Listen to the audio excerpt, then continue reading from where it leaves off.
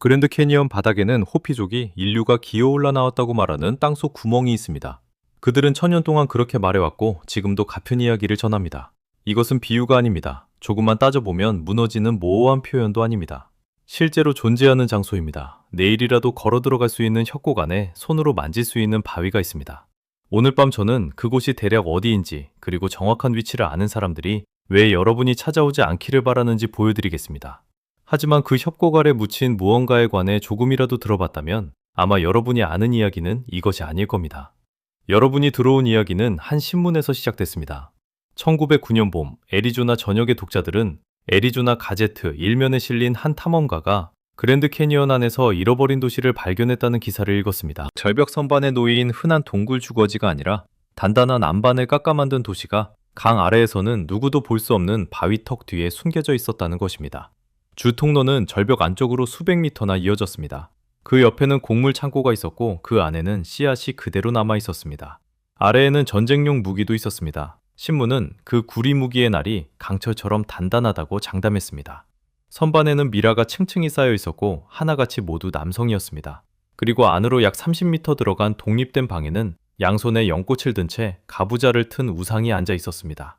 신문은 스미스소니언 협회가 이미 현장에 조사단을 보냈다고 했고 그곳을 지은 사람들이 동쪽, 어쩌면 이집트에서 왔다고 전했습니다. 그러고는 모든 것이 흔적도 없이 사라졌습니다. 사진은 단 한 장도 공개되지 않았고 그 동굴의 유물은 어느 박물관에도 도착하지 않았습니다. 이제 제 결론부터 분명히 말씀드리겠습니다.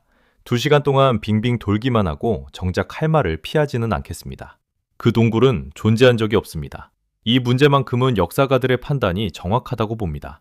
이야기를 따라가며 그 근거도 하나씩 보여드리겠습니다.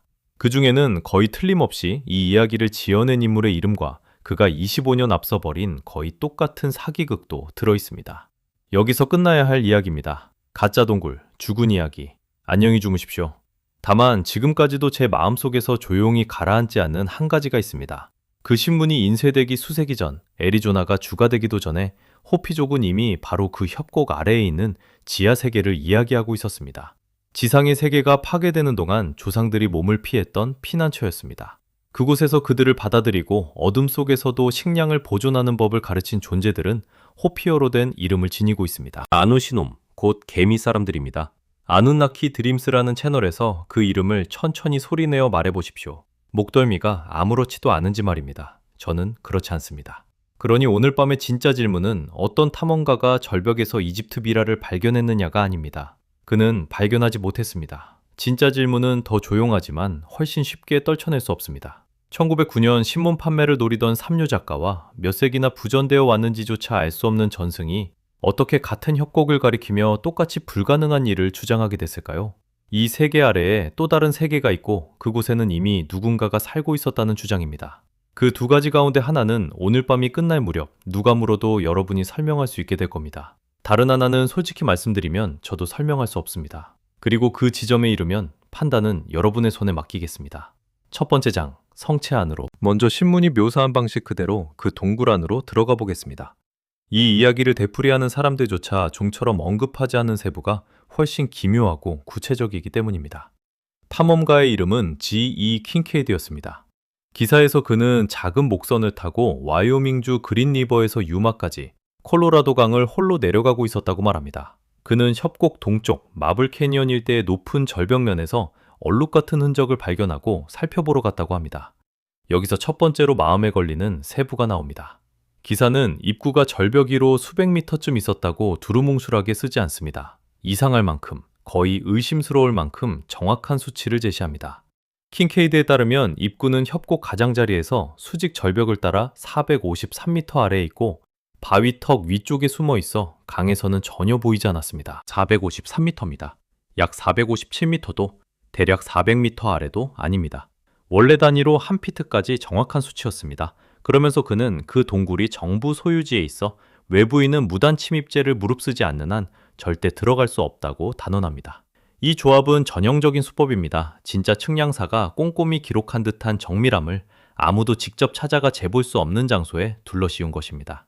확인할 길 없는 곳을 정확히 말하는데 거짓말쟁이가 치를 대가는 없습니다.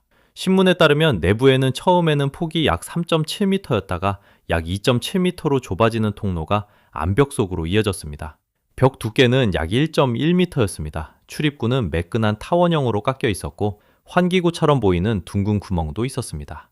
기사 표현대로라면 모든 것이 기술자가 설계한 것처럼 반듯하게 정으로 다듬어져 있었습니다. 킨케이드는 그 안으로 들어갔다고 말합니다. 그는 벽에서 정 자국을 보았고 호기심이 생겨 소총을 챙긴 채 더 깊이 들어갔다고 합니다. 약 30m 넘게 들어가자 통로가 기사가 십자홀이라 부른 공간으로 열렸습니다. 그 한가운데에는 거대한 좌상이 있었습니다. 가부좌를 튼 우상으로 양손에는 연꽃이나 백합처럼 보이는 문양이 새겨져 있었습니다. 신문은 그 얼굴이 아메리카 원주민 미술의 어떤 형상과도 닮지 않았다고 했습니다. 이목구비를 동양적이라고 표현하고 불상과 비교했으며 이 사람들이 고대 티베트 문화와 관련됐을 가능성을 제기했습니다. 다음 방은 더 섬뜩합니다. 기사는 주 전당 옆에 분리된 방 하나가 있었다고 묘사합니다. 지하 묘실이었습니다. 벽은 약 35도 각도로 뒤로 기울어 있었고 그 비탈진 벽을 따라 미라가 여러 층으로 놓여 있었습니다. 각 미라는 따로 깎은 선반 위에 누워 두 팔을 가슴에 포개고 짙어는 나무 껍질 천에 쌓여 있었으며 일부는 단단한 진흙 껍질로 덮여 있었습니다. 그리고 정체모를 사기꾼이 독자의 등골을 서늘하게 만들려고 끼워 넣은 문장이 이어집니다. 그가 말하길 조사한 미라는 모두 남성이었고 여자도 아이도 없었습니다. 기사는 이곳이 전사들의 병영이었을 것이라는 설명까지 던져줍니다. 바로 이런 작고 불필요한 세부를 뛰어난 거짓말쟁이가 보탭니다. 서툰 거짓말쟁이는 듣고 싶은 말을 들려주지만 능숙한 자는 생각해본 적조차 없는 정보를 내놓습니다. 그 뒤로도 증거처럼 느껴지도록 설계된 단서들이 계속 쌓입니다. 신문은 곡물 창고에 고대 씨앗이 남아있었고 구리장과 부러진 검조각, 강철처럼 단단하며 수세기가 지나도 녹슬지 않은 구리도구가 있었다고 했습니다. 누구도 정체를 밝히지 못한 회색 금속은 백금과 닮았다고 했습니다. 바닥에는 기사가 고양이 눈이라 부른 노란 돌이 흩어져 있었고 각각의 작은 사람 머리가 새겨져 있었습니다. 통로 위쪽과 판, 항아리에는 해독되지 않은 상형 문자가 새겨져 있었다고 합니다. 신문은 또 폭 약 12m, 길이 약 213m의 긴 방 하나를 식당이라고 주장했습니다. 킨케이드는 유물 여러 점을 가져와 워싱턴으로 보냈다고 말했습니다. 여정 중 사진도 약 700장 찍었다고 했습니다. 그와 발굴을 이끈 교수는 이 지하 복합시설 전체에 이름까지 붙였습니다. 성체라고 불렀습니다. 이 내용 가운데 단 한 문장이라도 사실이라면 아메리카의 역사에 관한 우리의 지식은 송두리째 뒤집힐 것입니다. 이집트나 그 인근에서 온 누군가가 바다 전체를 건너 콜럼버스가 태어나기 수천 년 전에 애리조나 한복판에 요새를 지었다는 결정적 증거가 되기 때문입니다. 우리의 역사와 이집트의 역사를 단번에 함께 다시 써야 할 일입니다. 기사도 거의 눈짓하듯 그 점을 직접 말했습니다. 이집트와 나일강, 애리조나와 콜로라도 강이 가장 대담한 상상조차 압도할 만큼 먼 시대까지 이어지는 역사의 사슬로 연결될 것이라고 장담했습니다. 당시에도 지금도 수많은 사람이 이 이야기에 넘어간 이유는 문체에 있습니다. 비명을 지르는 선정지처럼 읽히지 않습니다. 정확하려고 애쓰는 신중한 사람이 쓴 글처럼 보입니다. 문장을 다시 살펴보면 영리한 장치가 눈에 들어옵니다. 인용된 킨케이드의 말에는 이집트라는 표현이 거의 나오지 않습니다. 그는 형상이 부처와 닮았다고 하고 숭배 방식이 티베트와 비슷하다고 말합니다. 단정하지 않고 여지를 둡니다. 발견을 과장하고 싶지 않은 조심스러운 현장 연구자처럼 들립니다. 킨케이드의 신중한 어쩌면을 고대 이집트와 람세스 왕, 동방에서 온 이주민이라는 이야기로 용접해버린 사람은 이름조차 밝히지 않은 기사 작성자입니다. 말을 아끼는 목격자와 단숨에 결론으로 뛰어가는 기자 사이의 간극은 전문가의 지문과도 같습니다. 모든 문장은 정직하게 들리도록 만들어졌습니다. 그것이 기술입니다. 사람들이 흔히 건너뛰지만 중요한 단서가 하나 더 있습니다. 미라와 성체를 다룬 유명한 대형 기사는 4월 5일에 실렸습니다. 그러나 그것이 처음은 아니었습니다. 거의 한 달 전인 3월 12일, 같은 신문은 더 짧고 차분한 기사를 냈습니다. 사전 포석이었습니다. 강에서 막 돌아온 노련한 탐험가로 킨케이드를 소개하고 흥미로운 고고학적 발견을 조용히 언급해 씨앗을 심었습니다. 그리고 기다렸습니다. 몇 주 뒤 거대한 수확이 찾아왔습니다. 수수한 예고편에 이어 대형 특종을 터뜨리는 이 두 단계는 실제 발견이 대중에게 알려지는 방식이 아닙니다. 이야기를 연출하는 방식입니다. 조금 뒤 이 일을 가장 유력하게 꾸민 인물을 찾아가며 이 실마리를 세게 당겨보겠습니다. 두 번째 장, 개미 사람들. 그러나 신문을 심판대에 올리기 전에 실제든 가상이든 어떤 탐험가도 강을 떠내려오기 훨씬 전부터 호피족이 어둠 속 아래에서 기다리고 있었다고 말한 존재를 살펴보겠습니다. 호피족은 지하 피난처만 묘사한 것이 아닙니다. 그곳을 맡은 존재들에게 이름을 붙였습니다. 바로 그 이름이 사람들을 멈춰 세웁니다. 호피족은 그들을 아누 시놈이라고 부릅니다. 이 채널의 이름을 생각하면 솔직히 이 대목부터는 개인적으로 다가옵니다. 이 연관성을 지지하는 사람들은 단어를 이렇게 나눕니다. 아누는 개미를 뜻하고 아나키는 친구 또는 사람이라는 의미를 담는다고 합니다. 따라서 아누 시놈은 개미 사람들이 되고 그들이 연관 형태로 내세우는 아누나키는 개미 친구들과 비슷한 뜻이 됩니다. 작고 가냘프며 소박해 보이지만 지나칠 만큼 지혜롭고 너그러운 존재들입니다. 이야기 속에서 지상세계가 무너질 때 조상들을 지하로 데려간 이들이 바로 그들입니다. 그들은 사람들을 숨겨주는데 그치지 않습니다. 먹을 것을 줍니다. 식량이 부족해지면 자신들의 비축분을 나눕니다. 그리고 이 가르침의 핵심이 되는 기술을 전합니다. 음식을 보존하고 저장하는 법, 태양 없이도 살아남도록 어둠 속에서 콩을 싹 틔우는 법입니다. 그 교훈은 먼지 쌓인 각주가 아닙니다. 호피족은 지금도 이를 기립니다. 해마다 한겨울이면 호피족이 파와모, 곧 콩춤이라 부르는 의식을 치릅니다. 따뜻한 실내와 지하방에서 콩을 싹 틔우는데 전승에서 개미 사람들이 가르쳤다는 방식 그대로입니다. 오늘날 개미의 허리가 왜 그토록 가느다란지를 잔잔한 유머로 설명하는 옛 이야기도 있습니다. 아주 오래전 개미 사람들이 자신들이 돌보던 인간에게 먹을 것을 충분히 주려고 배를 졸라매고 굶었기 때문이라고 합니다. 호피의 기억 속에서 이 존재들은 그런 모습입니다. 정복자가 아닙니다. 숭배를 요구하는 신도 아닙니다. 손님들을 살리려고 스스로 조금 굶은 조력자들입니다. 이제 사람들이 몸을 앞으로 기울이게 만드는 대목이 나옵니다. 그 이름, 아누, 개미, 하늘, 위에 있는 자. 고대 구세계의 언어 옆에 놓으면 닮아서는 안 될 방식으로 운율이 맞기 시작합니다. 수메르와 바빌로니아 신화에서 가장 높은 하늘에는 하늘의 아버지, 아누가 앉아 있습니다. 가장 오래된 신이며 고대 점토판에서 하늘에서 내려와 인류의 운명을 빚었다고 전해지는 그의 휘하 존재들은 그 전통에서 아눈나키라 불립니다. 두 이름을 나란히 놓고 눈을 깜빡이지 않아 보십시오. 한 대륙의 고대인들은 아누신과 이어진 하늘의 존재 아눈나키가 내려와 인류의 생존에 관여했다고 말합니다. 바다 건너 다른 대륙에서는 서로 접촉했다는 알려진 증거가 없는데도 또 다른 고대 민족이 개미 친구들인 아누나키를 이야기합니다. 그들의 이야기에서 이 존재들은 위가 아니라 아래에서 왔고 가장 절박한 순간 인간의 생존에 관여했습니다. 거의 같은 단어, 거의 같은 역할입니다. 그리고 메아리는 그 한 단어에서 끝나지 않습니다. 이 생각을 좋아하는 연구자들이 지적하는 두 번째 울림도 있습니다. 호피어로 별은 소후이고 이집트인들이 기념비를 세워 기렸던 바로 그 오리온자리 띠의 별들을 가리키는 고대 이집트어는 사후라고 합니다. 소후와 사후, 별과 별들입니다. 한번 들으면 다시는 못 들은 척하기 어려운 우연입니다. 그러니 아눈나키 드림스라는 채널에서 제가 이것을 그냥 지나칠 수 없었으리라는 점은 짐작하실 겁니다. 하지만 저는 솔직하겠다고 약속했습니다. 솔직하려면 속도를 늦추고 공정해야 합니다. 이것은 증거처럼 느껴지지만 증거가 아닌 연결의 전형이기 때문입니다. 언어의 구조와 계통을 실제로 연구하는 언어학자들은 이 연관성을 받아들이지 않습니다. 그리고 이해할 만한 충분한 이유가 있습니다. 인류가 사용해온 수많은 서로 무관한 언어에서는 순전히 우연으로 단어 소리가 겹치는 일이 끊임없이 일어납니다. 만난 적도 없고 공유한 역사도 없는 두 민족이 전혀 다른 뜻에 비슷한 소리를 붙이는 경우가 생깁니다. 너무 흔해서 학자들은 이를 가짜 동계어, 곧 친척처럼 보이지만 아무 관계도 없는 단어라고 부릅니다. 호피어와 고대 수메르어 사이에 확립되고 입증된 연관성은 전혀 없습니다. 호피어는 이 대륙 토착 언어 계통에 속합니다. 수메르어는 고대 근동에서 거의 홀로 떨어진 언어입니다. 이처럼 멀리 떨어진 두 언어에서 두 단어가 우연히 겹칠 가능성은 직감만큼 낮지 않습니다. 그러니 아누나키와 아누나키를 증거가 아니라 소름으로 받아들여 주셨으면 합니다. 털이 곤두설만큼은 진짜지만 구름 속에서 얼굴을 찾고 소음 속에서 문의를 읽으려는 인간 마음의 습관일 뿐일 수도 있음을 인정할 만큼 정직한 소름입니다. 가볍게 쥐십시오. 그래도 쥐고 있어도 좋습니다. 이름에 의미가 있든 없든 그 이름 뒤의 전승은 우연히 운이 맞은 단어 하나보다 훨씬 깊고 오래되며 구체적이기 때문입니다. 이제 그곳으로 향하겠습니다. 세 번째 장, 4개의 세계. 호피족이 그 협곡 아래에 실제로 무엇이 있다고 말하는지 이해하려면 잠시 우리가 익숙한 시간관에서 완전히 벗어나야 합니다. 대부분의 사람은 시간을 하나의 직선으로 생각합니다. 과거는 뒤에, 미래는 앞에 있고 사건은 차례로 이어지며 지금의 세계가 유일하게 존재해온 세계라고 봅니다. 호피 전승은 그렇지 않습니다. 그것은 여러 세계를 말합니다.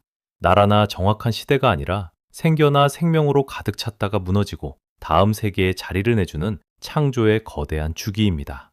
이 관점에서 우리는 첫 번째 세계가 아니라 네 번째 세계에 살고 있습니다. 이 세계 이전에 세 세계가 있었고 전승에서 앞선 세 세계는 모두 파멸로 끝났습니다. 첫 번째 세계의 이름은 토크필라였으며 불로 끝났다고 합니다.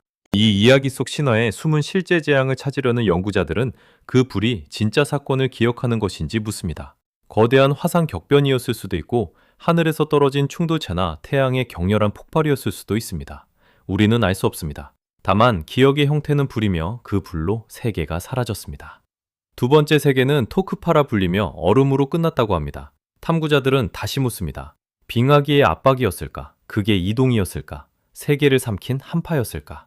그 기억은 하얗고 얼어붙었으며 종말을 뜻합니다. 세 번째 세계, 쿠스쿠차는 물로 끝났다고 합니다. 홍수가 나고 바다가 솟아올라 오만한 도시들을 집어삼켰으며 옛 세계가 씻겨나간 뒤 소수만 살아남아 명맥을 이었습니다. 한 시대의 끝에 등장하는 홍수 이야기가 낯익게 느껴진다면 착각이 아닙니다. 옛 세계를 끝내고 자격 있는 이들만 살려두는 대홍수는 지구 전체에서 가장 널리 퍼진 이야기 가운데 하나이기 때문입니다.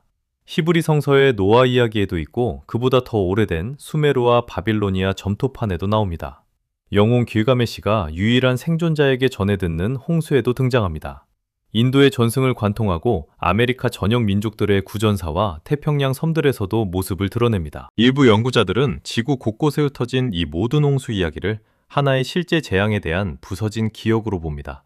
흩어진 생존자들이 같은 사건을 100가지 방식으로 기억했다는 것입니다. 더 신중한 견해는 강과 해안가에 살던 거의 모든 초기 사회가 홍수를 겪고 두려워했으며 세계가 어떻게 끝날 수 있는지에 관한 관념 속에 이를 자연스럽게 엮었다고 봅니다. 어느 쪽이든 세 번째 세계의 끝을 장식하는 호피의 홍수는 이 거대한 세계적 합창 속에 놓여 있습니다. 홀로 떨어진 이야기가 아닙니다. 호피 전승에서는 세계가 끝날 때마다 같은 일이 벌어집니다. 믿음을 지키고 만물의 균형을 잊지 않은 사람들은 안전한 곳으로 인도됩니다.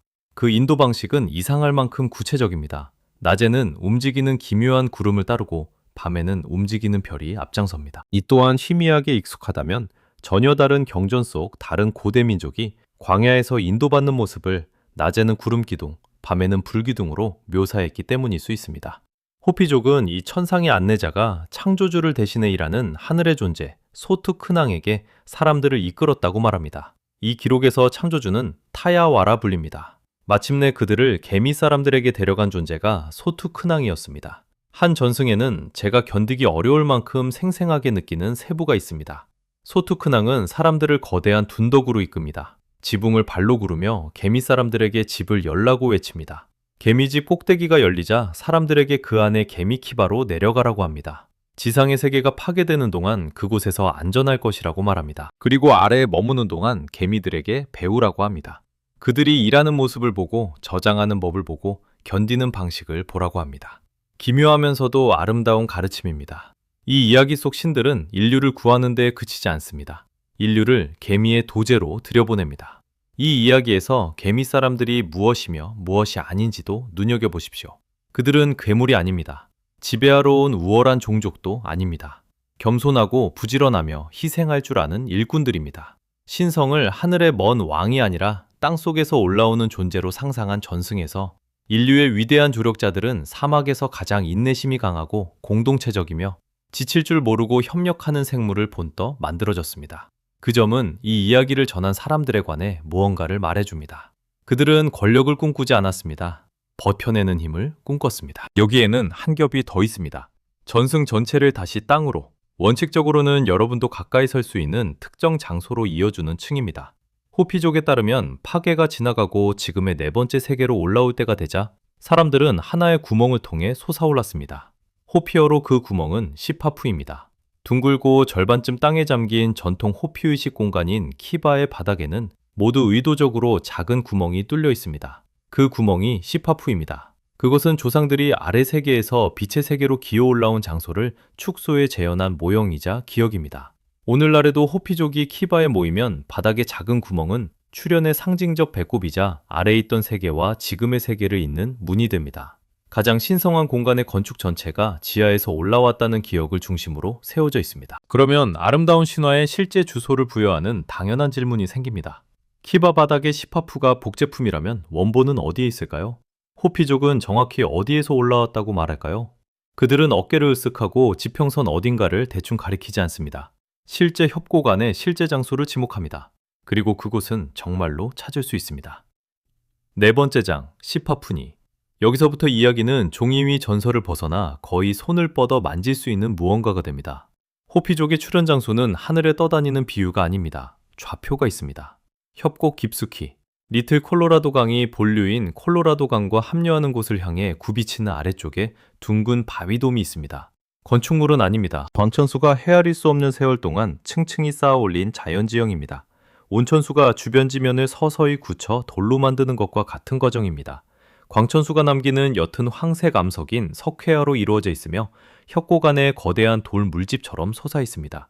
미성사진에서도 찾을 수 있고 실제로 찾아낸 사람들도 있습니다. 지도에 표시된 실제하는 지형이며 두 강이 만나는 지점에서 리틀 콜로라도 강을 조금 거슬러 올라간 곳에 있습니다. 그 돔이 시파푸니입니다. 여러 호피시족에게 그 노란 바위 둔더머가 바로 그 장소입니다. 조상들이 세 번째 세계에서 이 세계로 기어 올라온 문자 그대로의 물리적 지점입니다. 우리는 이 사실을 쉽게 지나치지만 얼마나 이례적인 일인지 느껴보셨으면 합니다. 세계 곳곳의 민족에게 기원 이야기와 낙원, 최초의 장소가 있습니다. 그러나 그곳으로 직접 데려갈 수 있는 경우는 거의 없습니다. 에덴이 어디였느냐고 물으면 누구든 몇몇 강사의 지역을 막연히 가리키며 어깨를 으쓱할 수밖에 없습니다. 호피족은 그러지 않습니다. 지도에 찍을 수 있는 기원점, 실제 위치를 지닌 영혼의 고향이 있습니다. 강의 뗏목 위에서 사진을 찍을 수 있는 진짜 협곡 안에 놓여 있습니다. 드물고 놀라운 일입니다. 그들의 창조는 닿을 수 없는 다른 세계가 아니라 이곳, 이 협곡의 이 바위에서 일어났습니다. 주변의 물도 이곳이 세계가 시작될 법한 장소처럼 보이게 합니다. 리틀 콜로라도 강이 빗물에 휩쓸린 흙으로 갈색이 되지 않을 때면 돔을 만든 것과 같은 용의 광물 때문에 비현실적인 우윳빛 청록색으로 흐릅니다. 푸른 샘물이 강을 채웁니다. 이 일대의 빛과 색은 평범하지 않으며 그 곁에 서면 한 민족이 이곳을 바라보며 그렇다, 여기가 세계와 세계 사이의 무대다 라고 말한 이유를 이해할 수 있습니다. 우리는 이곳을 통과해왔습니다. 이제 속도를 늦추고 조심해야 합니다. 이 부분은 어떤 이름이 불러일으키는 소름보다 훨씬 중요합니다. 호피족에게 시파푸니는 관광지가 아닙니다. 외부인이 풀어야 할 수수께끼도 이런 영상의 볼거리도 아닙니다. 그 단어가 지닌 가장 온전하고 엄숙한 의미에서 신성한 곳입니다. 살아있는 종교의 살아있는 일부이며 호피족은 사람들이 구경하거나 훼손하려고 그곳을 함부로 밟지 말아달라고 분명히 반복해 요청해왔습니다. 새 천년을 전후해 호피 문화보존국은 그 협곡의 성지들에 관해 공개적으로 같은 뜻을 밝혔습니다. 오늘날 이 문제를 공개적으로 말하는 호피인들도 출현 지점에 올바르게 다가가려면 영적 준비와 입문이 필요하며 호피족을 포함해 대부분 사람에게는 그 자격이 없다고 설명합니다. 한 호피 안내자는 이를 더없이 분명하게 표현했습니다. 출현 이야기는 아득한 과거에 관한 전설만이 아니라고 했습니다. 여러 세대에 걸쳐 호피족이 발전하고 성장한 과정을 보여주는 비유이면서 동시에 살아있는 사람들이 지금도 돌보고 보호하는 실제 성지라고 말했습니다. 그러니 우리는 두 가지를 동시에 할 수 있고 그렇게 해야 합니다. 이 전승과 이야기의 다른 요소 사이에 보이는 유사점을 진심으로 흥미롭게 바라보는 동시에 미국이라는 나라보다 오래 전승을 지켜온 사람들과 그 전승 자체에 마땅한 존중을 보일 수 있습니다. 둘 다 동시에 가능합니다. 타협이 아니라 이 앞에 정직하게 서는 유일한 방식입니다. 호피족만이 그 협곡을 보며 아래 세계로 통하는 문을 떠올리는 것도 아닙니다. 이웃인 주니족도 자신들만의 출현 이야기를 전합니다. 재앙이 지난 뒤 조상들이 땅에서 올라왔다는 전승입니다. 그 이동의 궤적 역시 같은 거대한 협곡지대에 놓습니다. 주된 차이는 세계를 세는 방식입니다.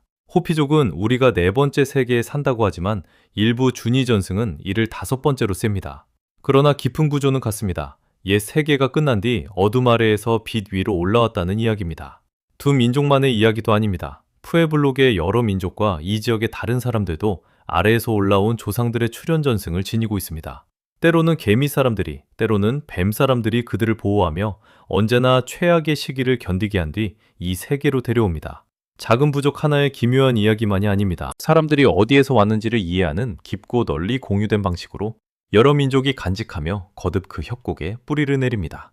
이제 이 영상 전체가 해온 방식대로 두 가지를 나란히 놓고 곧바로 복잡하게 만들어 보겠습니다. 그것이 정직한 태도이기 때문입니다.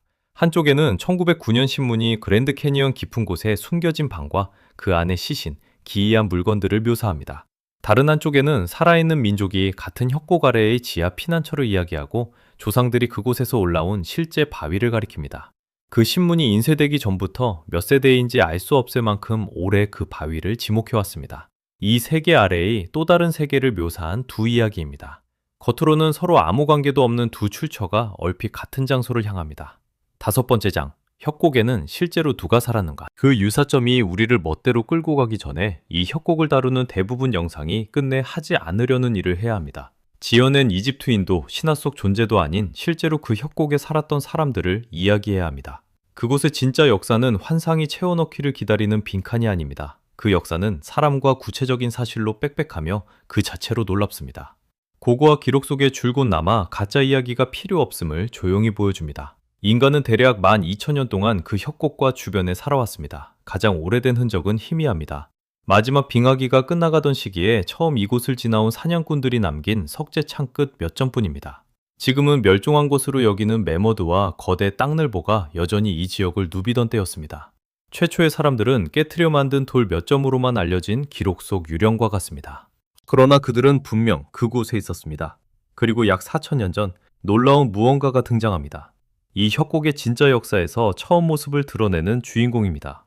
접근하기 거의 불가능한 레드월 석회암 지층의 일부 동굴 깊숙한 곳에 사람들이 작은 형상들을 남기기 시작했습니다. 길이가 몇 센티미터에 불과한 작은 동물 형상들입니다. 버드나무나 때로는 미루나무 가지 하나를 돌날로 길게 쪼갠 뒤 접고 감고 비틀어 사슴이나 큰 분량의 모습으로 만들었습니다. 일부 형상의 몸에는 창이나 투창이 동물을 꿰뚫은 것처럼 작은 별도가지가 박혀 있습니다. 이 세부 하나가 해석을 바꿉니다. 형상을 관통한 창은 장난감보다 기도에 가까운 물건임을 시사합니다. 발견된 장소까지 고려하면 사냥 전에 만든 것이라고 추론할 만합니다. 동물의 영혼의 허락이나 행운을 구하는 작은 주술행이었을 것입니다. 우리는 이를 만든 사람들을 사막 고대 문화권이라 부릅니다. 이 땅에서 사냥감을 따라다닌 수렵 채집민들입니다. 쪼갠 나뭇가지 형상으로 알려진 이 유물들은 협곡 어디에서나 볼 수 있는 가장 오래된 인간 유물에 속합니다. 최초의 발견은 1930년대에 이루어졌습니다. 그 뒤 수백 점이 더 발견됐습니다. 훗날 이른바 금지된 동굴을 다룰 때 중요해질 세부는 바로 발견 장소입니다. 거의 모두 레드월 동굴에서 나왔습니다. 협곡 전체에서 가장 접근하기 어려운 지층입니다. 손잡을 곳 하나 없는 수직벽과 현대 등반가도 로프와 장비 없이는 들어갈 수 없는 동굴들입니다. 그 동굴에 누군가 거주했다는 흔적은 없습니다. 사람들은 오직 한 가지 이유로 그 혹독한 거의 수직인 장소까지 올라갔습니다.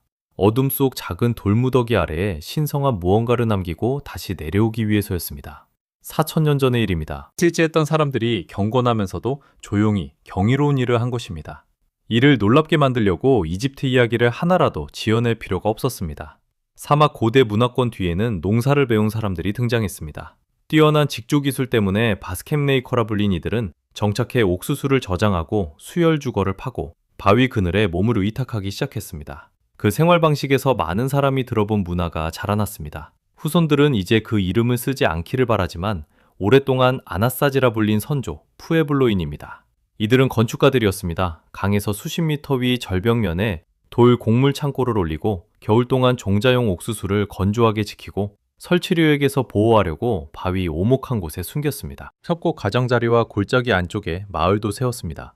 더운 계절에는 협곡 아래로 내려가고 겨울이 오면 서늘한 고원으로 다시 올라가며 느린 조수처럼 계절을 따라 바위 지형을 오르내렸습니다.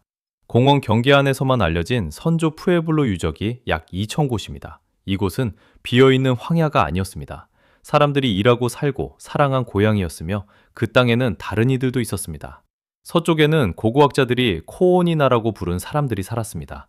북쪽과 동쪽에는 각각 고유한 도기와 양식을 지닌 푸에블로계 집단인 버진 계통과 카얀타 계통이 있었습니다. 강과 서부 고원에는 파타얀이 살았습니다. 대략 1000년에서 1200년 전까지 여러 세기에 걸쳐 협곡과 그 가장자리는 교역하고 농사짓고 건축하고 기도하며 살아간 문화들의 거대한 조각보였습니다. 그러다 1200년대 후반 오랜 혹독한 가뭄이 남서부 전역을 덮쳤습니다. 해마다 비가 너무 적게 내렸고 농경민들은 서서히 터전을 떠나 더 나은 물을 찾아 동쪽과 남쪽으로 이동했습니다. 리오그란데 강과 메사지대로 향했으며 그 후손들은 오늘날에도 그곳에 삽니다. 진짜 역사가 거듭 강조하지만 환상은 늘 지우려 하는 사실이 하나 더 있습니다. 이들은 수수께끼 속으로 사라지지 않았습니다. 살아있는 후손이 있습니다. 호피족은 자신들의 혈통을 선조 푸에블로 건축가들에게 직접 있습니다. 뉴멕시코의 푸에블로 민족들과 주니족, 하바스파이족, 왈라파이족, 파이우트족, 나바오족, 야바파이족, 아파치족도 마찬가지입니다. 오늘날 원주민 11민족이 그 협곡과 공식적으로 인정된 관계를 맺고 있습니다. 11민족입니다. 이들은 잃어버린 황금시대의 희미한 잔재가 아닙니다. 지금도 정부와 공동체, 언어교육 프로그램과 의식이 존재하고 협곡과 이어져 있으며 조상들의 이야기를 전합니다. 그랜드 캐니언은 유령이 떠도는 빈 공간이 아닙니다. 누군가의 조상 대대로 이어진 고향이며 그 누군가는 아직도 고향에 있습니다. 앞으로 이야기할 모든 내용의 토대이니 이 사실을 굳게 기억해 주십시오. 협곡은 경이로워지기 위해 가짜 이집트 도시가 필요하지 않습니다. 진짜 역사는 사기극보다 더 오래되고 더 기묘하며 더 인간적입니다. 이제 마침내 그 사기극 자체와 이런 이야기들이 입 밖에 내기를 가장 두려워하는 단순하고 가혹한 질문으로 돌아갑니다. 그 절벽에 정말 잃어버린 도시가 있었다면 100년이 넘는 세월 동안 증거는 어디에 있었을까요? 6번째 장, 신문을 심판대에 세우다. 이제 신문을 재판에 붙이겠습니다. 시작하기 전에 한 가지 분명히 하겠습니다. 이야기가 훌륭하다는 이유만으로 이를 감싸지 않겠습니다. 사실이 아닌 좋은 이야기는 여전히 사실이 아닙니다. 증거를 따라 어디에 닿는지 보겠습니다. 먼저 보도 범위입니다. 국가적 명소 안에서 잃어버린 문명이 발견되고 나라에서 가장 존경받는 과학기관이 자금을 댔다면 지구상 최대의 뉴스가 됐어야 합니다. 미국의 모든 주요 신문이 달려들었을 것입니다. 기자들이 애리조나로 몰려오고 과학자들은 다음 탐사대에 들어가려고 다퉜을 것입니다. 실제로는 어땠을까요? 기사화한 신문은 하나였습니다. 애리조나 가제트뿐입니다. 뉴욕의 신문들은 아니었습니다. 전국으로 기사를 보내는 통신사도 다루지 않았습니다. 피닉스의 지역신문 하나가 보도한 뒤 다른 곳에서는 침묵의 벽만 이어졌습니다. 그만한 폭탄이 방 하나에서만 터지고 어디에도 메아리가 없다면 폭탄의 실제 크기를 짐작할 수 있습니다. 후원 기관을 살펴보면 이야기는 완전히 무너집니다. 기사는 신뢰성 전체를 스미스소니언 협회에 기대고 있습니다. 스미스소니언이 탐사 자금을 댔고 스미스소니언 고고학자들이 발견을 했다고 주장합니다. 사람들이 질문하기 시작한 뒤 100년 넘게 이어진 스미스소니언의 답변은 단호하고 전면적입니다. 관련 기록이 전혀 없습니다. 그 동굴로 간 탐사대도 받은 유물도 G라는 이름으로 시작하는 직원도 없습니다. 킹케이드라는 직원도 발굴을 이끌었다는 SA 조던 교수도 없었습니다. 사람들은 기록을 샅샅이 뒤졌지만 두 사람은 어디에도 흔적을 남기지 않았습니다. 스미스소니언 문서에도 없고 조건에 맞는 인구조사 기록에도 없으며 어떤 역사 기록에도 없습니다. 결국 그들은 실제로 그랬을 가능성이 가장 높은 존재처럼 읽힙니다. 등장인물입니다. 이야기를 걸어둘 목적으로 만든 이름들입니다. 권위를 빌리려고 실제하고 유명한 기관에 붙였습니다. 사기꾼이 은행가의 정장을 빌려 입는 것과 같습니다. 그리고 가장 큰 침묵이 이어집니다. 100년이 넘도록 그 동굴 사진은 단 한 장도 나타나지 않았습니다. 발굴 유물은 어느 박물관에도 없습니다. 과학 보고서도 발표되지 않았고 후속 탐사대도 돌아가지 않았습니다. 가제트는 정정 기사도 철회문도 내지 않았습니다. 1909년에도 이후 같은 편집자가 신문을 운영한 기간에도 그 뒤로도 없었습니다. 신봉자들은 바로 이 점을 붙듭니다. 철회가 없었으니 사실이었고 은폐됐을지 모른다고 말합니다. 그러나 끝까지 생각해 보십시오. 당시 신문들은 허풍 이야기를 끊임없이 실었고 모두가 그 관행을 알았기에 공식적으로 철회하는 일은 거의 없었습니다. 철회가 없다는 사실은 은폐의 그림자가 아닙니다. 업계 사람 모두가 이미 허풍임을 알았던 이야기가 평범하게 사라진 침묵일 뿐입니다.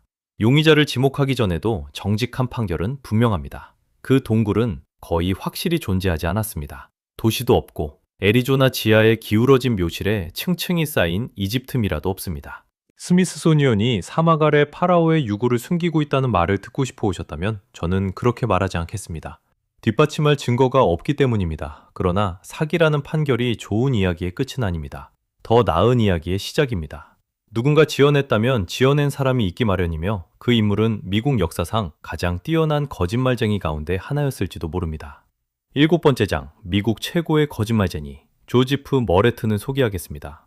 1870년대와 1880년대 미국 신문에 너무 기상천외하고 완벽하며 황홀할 만큼 기묘해 사실일 수 없는 이야기가 실렸다면 여행용 철물 외판원 조 머레튼의 펜에서 나왔을 가능성이 상당했습니다. 그는 1853년 무렵 피츠버그 근처에서 태어났고 실제 생업은 남부와 남서부의 도매업체를 위해 길 위를 다니는 철물 외판원이었습니다. 그러나 진짜 소명과 예술, 그를 전국적으로 유명하게 만든 일은 가짜뉴스라는 표현이 생기기 훨씬 전부터 가짜뉴스를 제조하는 것이었습니다. 그는 터무니없는 이야기를 진짜 보도처럼 차분하고 신중한 문체로 쓰고 가명으로 서명해 신문사의 우편으로 보냈습니다. 당시 대부분 편집자는 이야기가 사실인지보다 신문이 팔리는지에 훨씬 더 관심이 있다는 점을 잘 알고 있었습니다. 그리고 신문은 팔렸습니다. 정말 엄청나게 팔렸습니다. 언론은 복서에게 별명을 붙이듯 그에게 칭호를 붙였습니다.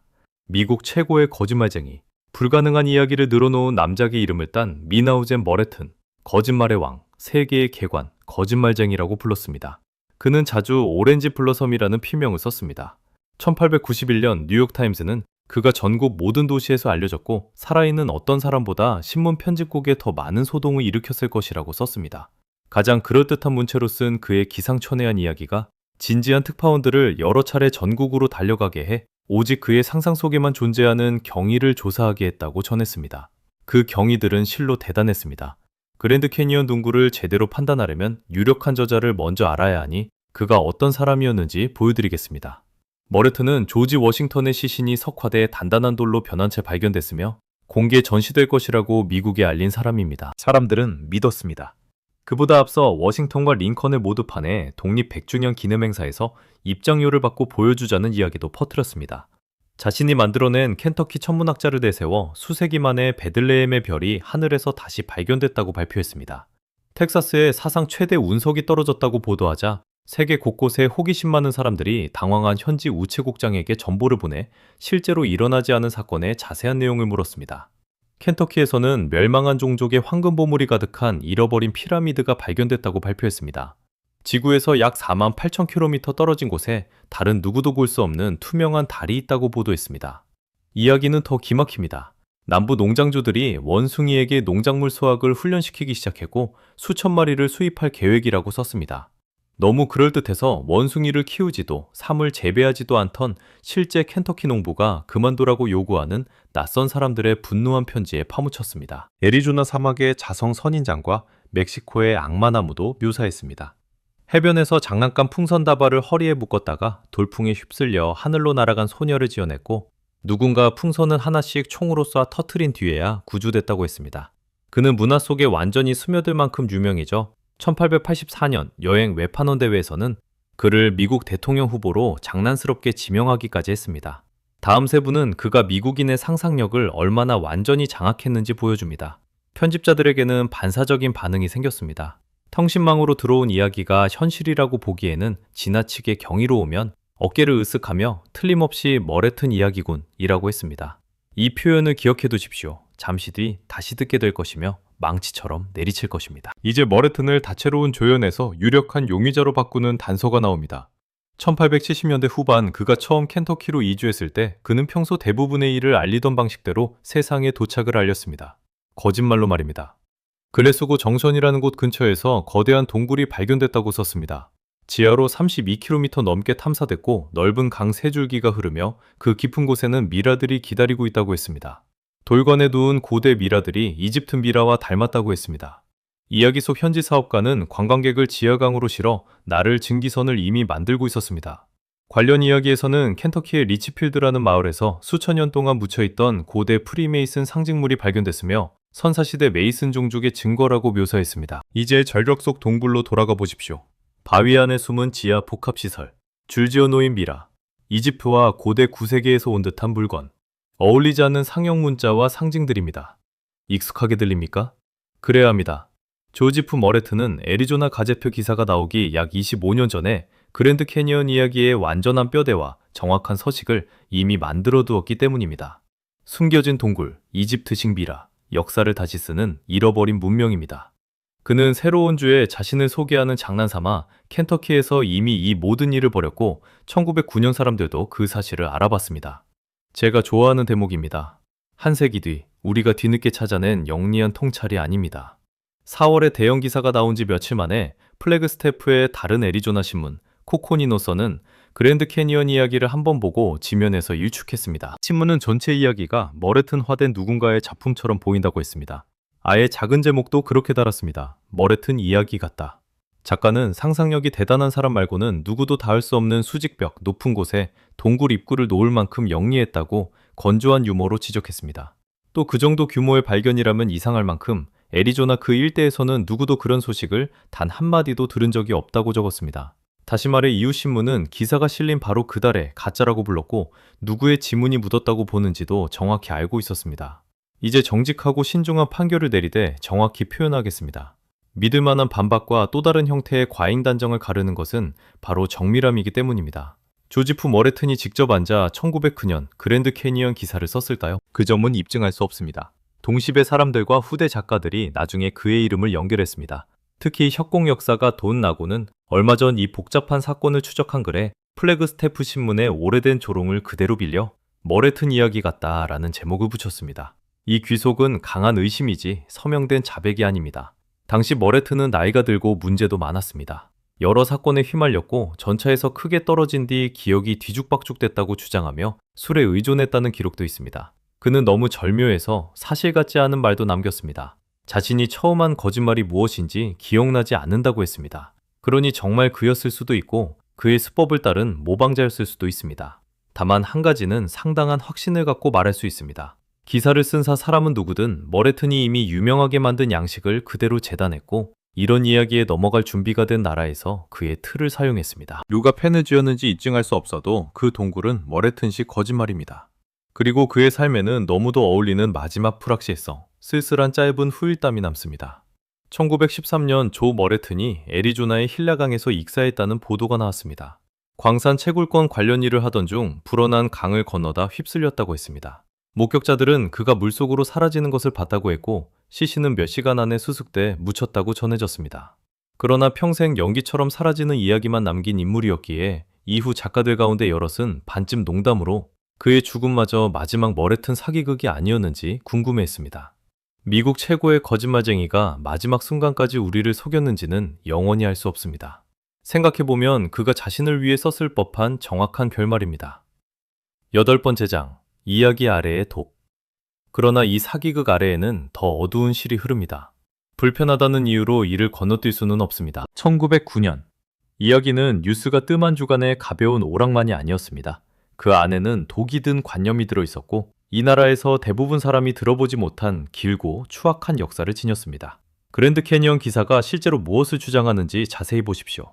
단지 동굴 안에 미라가 있다는 이야기가 아닙니다. 9세기 이집트와 동방에서 온 문명이 바다를 건너 수천 년 전 아메리카에 장엄한 무언가를 세웠다고 주장합니다. 현지 원주민이 사막에 떠밀려온 이집트 혈통의 외래 방문자들에게서 내려왔을 가능성까지 슬쩍 암시합니다. 원주민 아메리카의 업적을 빼앗아 사라진 외국 종족에게 넘기는 이 수법은 무해한 장식이 아닙니다. 미국 사상사 전체에서 가장 파괴적인 관념 가운데 하나입니다. 이름도 있습니다. 역사가들은 이를 마운드 건설자 신화라고 부릅니다.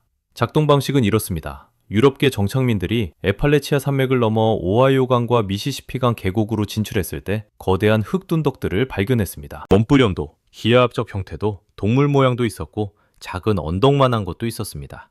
엄청난 조직력과 노동으로 인간이 세운 것이 분명했습니다. 그러나 많은 정착민은 바로 그곳에 살던 원주민의 조상들이 만들었다는 당연한 답을 받아들이지 않고 다른 설명을 택했습니다. 그들은 둔덕이 잃어버린 종족, 우월한 종족, 상상 속 사라진 백인 문명이나 페니키아인, 이스라엘인, 이집트인, 웨일스인, 아틀란티스 난민의 작품이라고 결론 내렸습니다.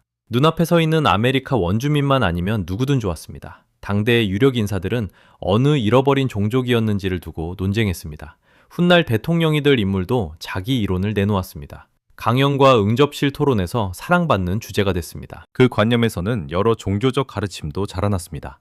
아메리카의 고대 백인 민족이라는 이야기는 미국의 한 주요 종교를 세운 경전에 직접 흘러들었습니다. 이제 나쁜 생각이 실제 희생자 수로 바뀌는 대목입니다. 원주민이 둔덕을 만들지 않았고 고귀한 잃어버린 종족이 세운 뒤 몰살당했다면 이야기는 저절로 완성됩니다. 원주민은 뒤늦게 온 침입자이자 파괴자이며 영광스러운 잃어버린 문명을 멸절시킨 야만인이라는 결론입니다. 그것이 사실이라면 그들을 땅에서 몰아내는 일은 약탈이 아니라 정의가 됩니다. 뒤틀린 방식으로는 상상 속 죽은 자들을 위한 복수까지 됩니다. 잃어버린 종족과 죄 지은 원주민이라는 논리는 변두리의 망상이 아니었습니다. 미국 정부 최고위층까지 올라갔고 여러 민족을 고향에서 몰아내는 주장 속에 엮였습니다. 누가 흙든 덕을 만들었느냐는 신화가 민족 청소의 근거가 됐습니다. 이를 죽이는데 진짜 과학과 용기가 필요했습니다. 가장 큰 역할을 한 사람은 오늘 밤 이미 만난 인물이며 음미할 만한 작은 역설입니다. 1869년 목선을 타고 그랜드 캐니언 급류를 처음 통과한 존 웨슬리 파월이 바로 그 사람입니다. 실로 전투에서 팔 대부분을 잃고도 서부에서 가장 두려운 강을 정복한 웨팔의 남북전쟁 참전용사는 훗날 스미스소니언 민족학국 국장이 됐습니다. 파월 아래에서 과학자 사이러스 토머스는 마운드 건설자 논쟁을 완전히 끝내려 했습니다. 그는 조사하고 발굴하고 비교했습니다. 1894년 발표한 방대한 보고서에서 토머스 제퍼슨이 한 세기 전 자기 땅의 둔덕을 조심스럽게 파며 이미 의심했던 사실을 더는 진지하게 반박할 수 없을 만큼 입증했습니다. 둔덕을 세운 이들은 아메리카 원주민의 조상이었습니다. 잃어버린 백인 종족도 이집트인도 페니키아인도 아니었습니다. 처음부터 그곳에 깊이 뿌리 내리고 살았던 뛰어나고 조직적인 민족들이었고 그 후손들은 여전히 그 자리에 있으면서도 자기 조부모의 업적이 남의 것이라는 말을 듣고 있었습니다. 그러니 1909년 기사가 떠돌이 이집트인들이 협곡을 개척했고 현지 부족은 그 잔존 후손일지 모른다고 암시한 것은 새롭지 않습니다. 오래되고 악의적인 노래를 다시 부른 것입니다. 마운드 건설자 신하가 새 사막 의상을 입었을 뿐입니다. 옳고 유일하게 정직한 태도는 그 정체를 정확히 부르고 내려놓는 것입니다. 더 키우거나 흥미로운 가능성처럼 즐기지 말고 그 구조와 피해를 이해한 뒤 거부해야 합니다. 그랜드 캐니언은 외부인이 문명화한 곳이 아닙니다. 진짜 역사는 처음부터 끝까지 원주민의 역사이며 그 자체로 충분히 잠엄해 가짜 파라오가 받쳐줄 필요가 없습니다. 이 패턴을 보고 나면 사기극이 거의 살아있는 것처럼 느껴집니다. 죽지 않고 변이합니다. 내버려두면 계속 새머리를 돋웁니다. 머레톤이 손대기 전부터 그 기원의 일부는 소설에 있었습니다. 1871년 영국 귀족 에드워드 브러리턴이 쓴 엄청난 인기 소설이 출간됐습니다. 제목은 다가올 종족이었지만 오늘날에는 중심에 놓인 신비한 에너지 브릴로 더 잘 기억됩니다. 줄거리는 간단합니다. 한 여행자가 깊은 틈으로 내려가 지하에서 기묘한 전능의 힘을 다루는 진보한 지배종족을 발견합니다. 그 책은 어디에나 있었습니다. 수십 년 동안 영어권 전체의 상상 속에 자리했습니다. 지하 문명, 잃어버린 우월 종족, 묻힌 힘이라는 형태가 켄터키 동굴과 그랜드 캐니언 동굴 아래에서 떠받치고 있음을 느낄 수 있습니다. 때로 사기극은 어제의 베스트셀러를 뉴스로 잘못 기억한 것에 불과합니다. 그 이야기는 20세기를 곧장 지나 우리 시대까지 이어졌습니다. 1909년에서 수십 년이 흐른 뒤 지하에서 세계를 지배한다는 파충류 군주와 비밀 지배 종족의 세계관에 흡수됐습니다. 킹케이드가 상상한 어떤 것보다 기묘한 신화에 접붙여진 것입니다. 케이블 방송에서는 이를 꾸며내어 설명되지 않은 것을 억압된 진실처럼 느끼게 만드는 프로그램에서 실제 미제 사건으로 제시했습니다. 세계 최대 팟캐스트에서도 재미있는 가정으로 다뤘습니다. 이야기할 때마다 현장을 지키는 무장경비, 정부가 봉쇄한 터널 같은 요소가 조금씩 더해졌고 은폐는 판본마다 정교해졌습니다. 붙잡아줄 실제 증거가 전혀 없기 때문입니다. 음모론을 확고히 붙드는데 증거의 완전한 부재만큼 강력한 것은 없습니다. 아래에 단단한 기반이 없는 사기극은 무엇으로든 변할 수 있고 이 이야기는 실제로 그렇게 됐습니다. 공정하게 말하면 저는 늘 공정하려고 합니다. 그 밑바탕의 질문에는 인종차별적이지도 미친 생각도 아닌 형태가 있습니다. 솔직히 이를 꺼내지 않으면 여러분을 속이는 셈입니다. 1909년의 구체적인 거짓말은 잠시 내려놓겠습니다. 9세기의 누군가가 콜럼버스보다 훨씬 앞서 아메리카에 도착했을 수 있을까요? 정당한 질문이며 정직한 답은 적어도 한 번, 한 장소에서는 그렇다는 것입니다. 노르드 항해자 바이킹은 약 1000년 전 뉴펀들랜드 해안에 도착했고 작은 정착지 흔적을 남겼으며 훗날 고고학자들이 발굴해 확인했습니다. 원칙적으로 콜럼버스 이전의 대서양 횡단 접촉은 불가능하지 않습니다. 실제로 일어났습니다. 애리조나의 이집트인을 믿고 싶은 사람들은 다른 흥미로운 단서도 지적합니다. 예를 들어 1990년대 초 이집트 미라를 검사한 한 과학자가 아메리카 원산 식물에서 나오는 니코틴과 코카인 같은 물질의 흔적을 발견했다고 보고했습니다. 잠시나마 고대의 대양 횡단 적촉을 암시하는 듯 했습니다. 그러나 공정함의 규율은 바로 이런 지점에서 엄격함을 요구합니다.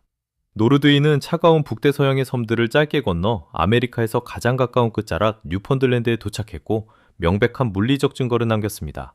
건물과 도구, 금속품이 연대 측정과 검증을 거쳤습니다. 그들은 콜로라도 강을 거슬러 애리조나 사막으로 가 성체를 깎지 않았으며 누구라도 그런 일을 했다는 부합하는 증거는 한 조각도 없습니다. 미라와 이상한 화학 흔적은 훨씬 평범한 설명이 가장 유력했습니다. 고대 이집트인이 담배를 얻으려고 신대륙으로 항로를 운영했다기보다 시료가 오염됐거나 훨씬 후대의 취급 과정에서 그 물질이 묻었을 가능성입니다. 증거가 실제로 뒷받침하는 것은 대륙 북동쪽 끝에 확인된 노르드 전초기지 하나입니다. 반면 사기극에 필요한 것은 미국 남서부 깊숙한 곳의 이집트 도시입니다. 둘 사이의 간격은 작은 한 걸음이 아니라 대양 하나와 반구 하나이며 그 광대하 사이에서는 아무것도 발견되지 않았습니다. 정당한 질문에는 마땅한 자리를 내줄 수 있지만 그것이 1909년 동굴을 실제로 만드는 데는 조금도 가까이 가지 못합니다. 이것이 제가 최대한 분명하게 펼쳐 보인 사기극의 전모입니다. 가짜 동굴, 가짜 탐험가, 가짜 교수, 빌려온 기관의 권위, 수십 년 전 거짓말의 대가가 만든 틀, 그 안에 실려온 인종차별적 관념, 그리고 처음부터 실체가 없어 반박할 것도 없다는 사실을 먹고 자란 한 세기의 변이입니다. 신문에 관한 사건은 종결됐습니다. 9번째 장, 3가지 결정적 증거. 다만 신봉자들이 신문 하나에만 기대온 것은 아닙니다. 그들에게는 늘 3장의 카드가 더 있었습니다. 실제 세계에 존재하고 직접 찾아가 확인할 수 있는 3가지를 협곡에서 무언가를 숨기고 있다는 물리적 증거이자 결정적 단서로 흔듭니다. 공정하려면 3가지 모두 진지하게 다뤄야 합니다. 하나씩 바로 앞까지 가보겠습니다. 제가 보기에는 셋 모두 사실이고 실제하며 검증 가능하지만 동시에 완전히 무해하고 끌려 들어간 음모론보다 더 기묘하고 훌륭한 것으로 드러납니다. 첫 번째 결정적 단서는 처음에는 설명하기 정말 어려워 보입니다. 지도에 버젓이 나와 있어 누구나 찾아볼 수 있기 때문입니다. 그랜드 캐니언에는 이집트와 힌두교 이름이 가득합니다. 사실입니다. 협곡 곳곳에 거대한 뷰트와 첨봉에는 라의 탑, 세트의 탑 같은 이름이 붙어 있습니다. 니수스 신전, 오시리스 신전, 호루스 신전, 기자 대피라미드를 세운 파라오의 이름을 딴 쿠프 피라미드가 있습니다. 그 이집트 이름들 바로 옆에는 인도와 그 너머의 신들이 한데 모여 있습니다. 시바 신전, 비슈누 신전, 브라흐마 신전, 부처 신전, 마누 신전, 라마 성소, 조로아스터와 공자, 아폴론, 토르의 신전, 보탄의 왕자, 바랄라 고원, 심지어 아서왕의 성까지 있습니다. 신봉자들은 말합니다. 이집트 도시가 발견됐다고 하는 바로 그 협곡의 지명에 이집트 신들의 이름이 새겨져 있다니 우연일 리 없고 누군가는 무언가를 알고 있었다고 말입니다. 그러나 진실은 신화보다 훨씬 낫습니다. 그 이름은 이집트인들이 남긴 것이 아닙니다. 그 이름들은 세계 신화에 애정을 품은 향수병에 걸린 박식한 미국 지질학자가 시인의 상상력으로 비교적 최근에 의도적으로 붙인 것입니다. 그의 이름은 클래런스 더턴이었습니다. 군 장교에서 지질학자로 변신한 더턴은 파월 탐사 이후 1870년대와 1880년대에 활동한 협곡 초기 과학 탐험의 거장이었습니다.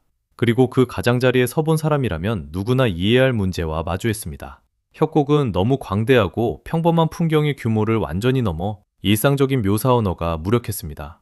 그는 이런 장소를 표현하기에 영어가 얼마나 빈약한지 직접 불평했습니다. 지질학자들이 알프스에서 빌려온 익숙한 어휘는 작고 어울리지 않게 느껴졌습니다.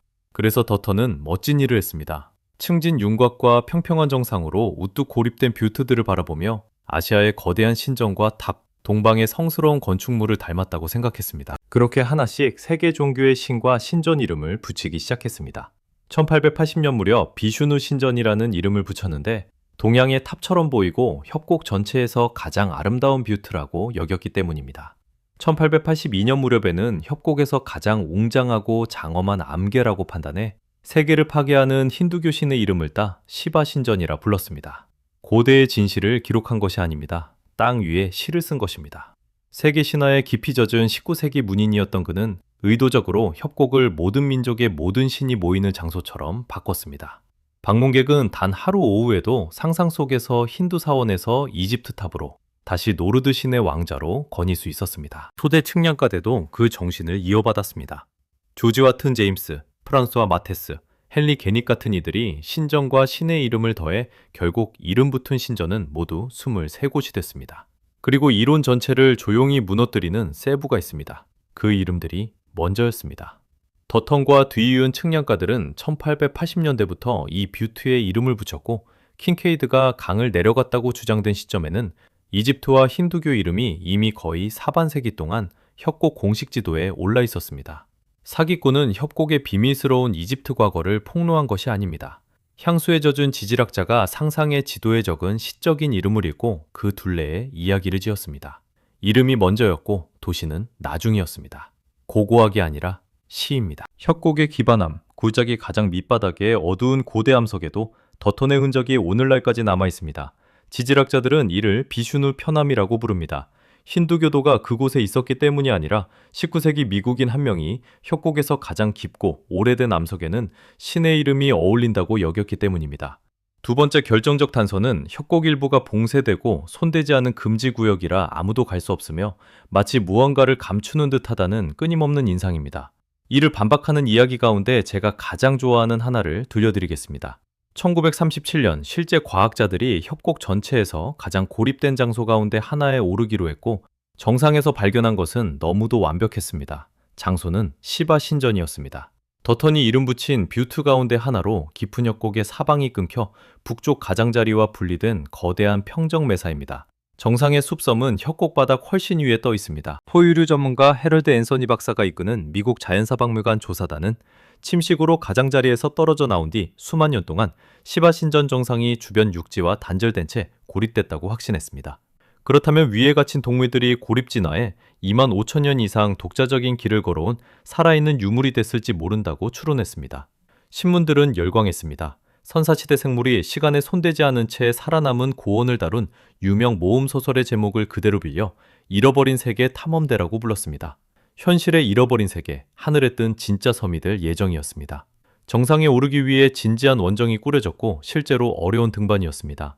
에이미 앤드루스라는 여성이 소형 비행기를 원정대에 제공해 보급품을 낙하산으로 투하하기도 했습니다. 식량과 물이 여러 차례 시바 정상으로 내려왔지만 달걀 12개가 든 한 보급 꾸러미는 낙하산에서 떨어져 나가 바위에 부딪혀 산산조각 났습니다.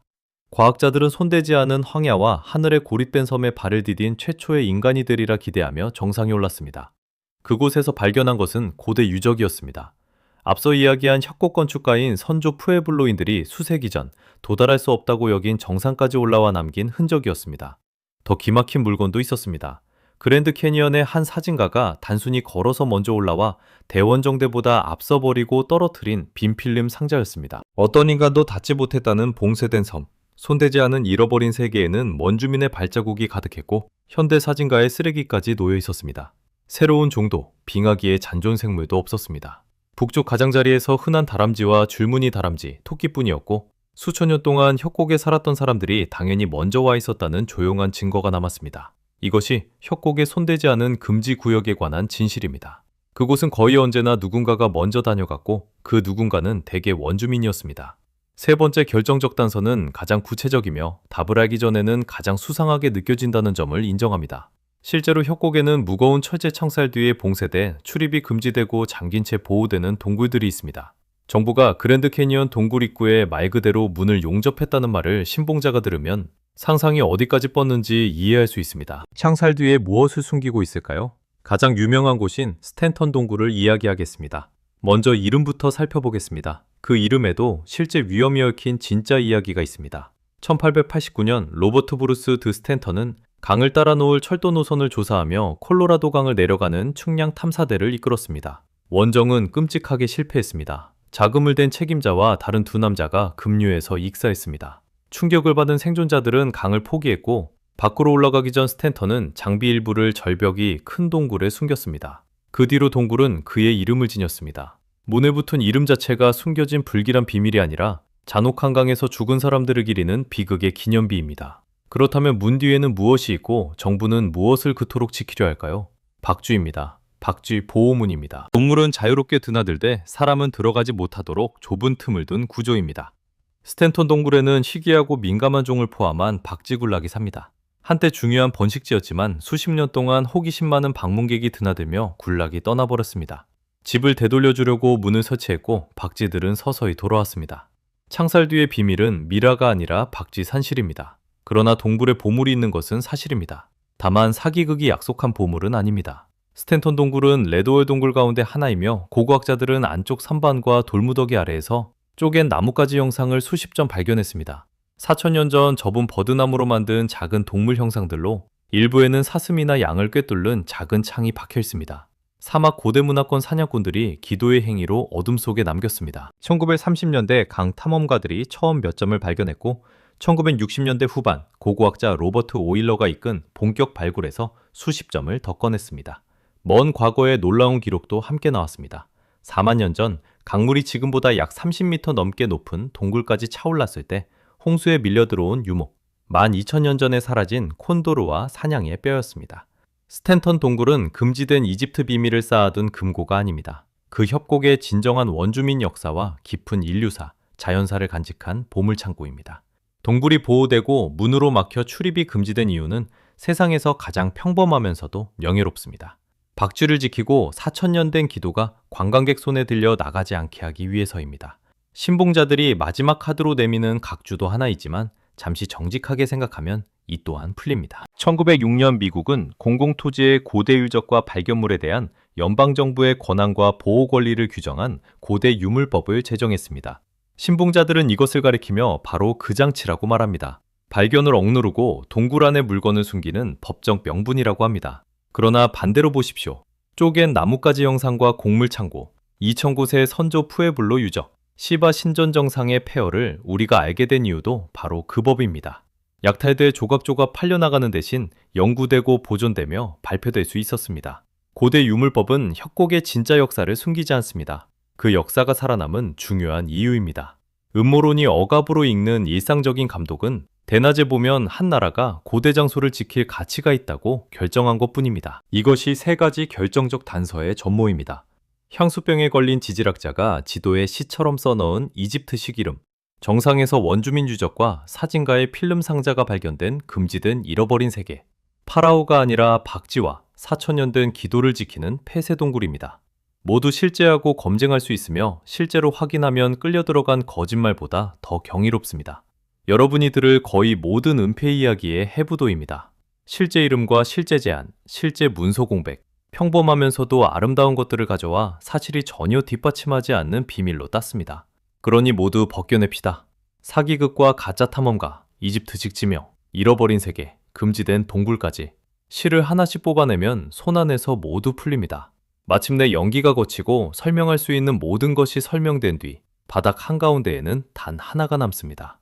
아무리 잡아당겨도 풀리지 않았던 한 가지입니다. 이제 그것을 똑바로 바라볼 때입니다. 10번째 장, 긴 걸음.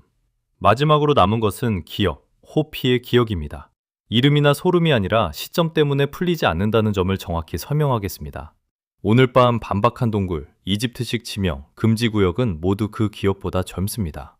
지명은 1880년대, 사기극은 1909년, 음모론은 우리 생애에 생겼습니다. 그러나 호피족은 어떤 신문보다 앞서 애리조나가 주가 되기 전, 미국이 존재하기도 전부터 그 협곡 아래의 지하 피나처와 그곳에서 자신들을 보호한 존재들, 빛으로 올라온 실제 바위를 이야기했습니다. 연대를 정할 수도 없는 과거에서 목소리와 의식을 통해 세대마다 전해졌습니다. 사기극은 이미 이야기가 살아있던 협곡을 빌렸습니다. 그러니 그 오래된 이야기의 뿌리가 얼마나 깊은지 살펴보겠습니다. 호피의 출현은 한번 구멍에서 올라온 단일 장면이 아닙니다. 서사시의 첫머리이며 호피족에 따르면 나머지 내용은 지금도 직접 볼 수 있는 형태로 남서부 전역에 새겨져 있습니다. 조상들이 네 번째 세계로 올라온 뒤 가까운 땅에 곧바로 정착한 것이 아닙니다. 북쪽과 남쪽, 동쪽과 서쪽 모든 방향으로 땅끝까지, 대륙과 바다의 가장자리까지 걸어간 뒤 안쪽으로 돌아와 진정한 마지막 고향을 찾으라는 명을 받았습니다. 곰시족과 뱀시족, 거미시족을 비롯한 수많은 호피시족은 거대하고 느린 나선처럼 땅 전역으로 퍼져 각자의 길을 따랐습니다. 마을과 야영지, 바위에 새긴 흔적처럼 자신들이 만든 것들을 의도적으로 길 위에 남겼습니다. 시족이 떠난 뒤 남은 유적은 단순히 버려진 것이 아니었습니다. 호피의 이해에서 그것은 발자국이자 의도적인 표지였습니다.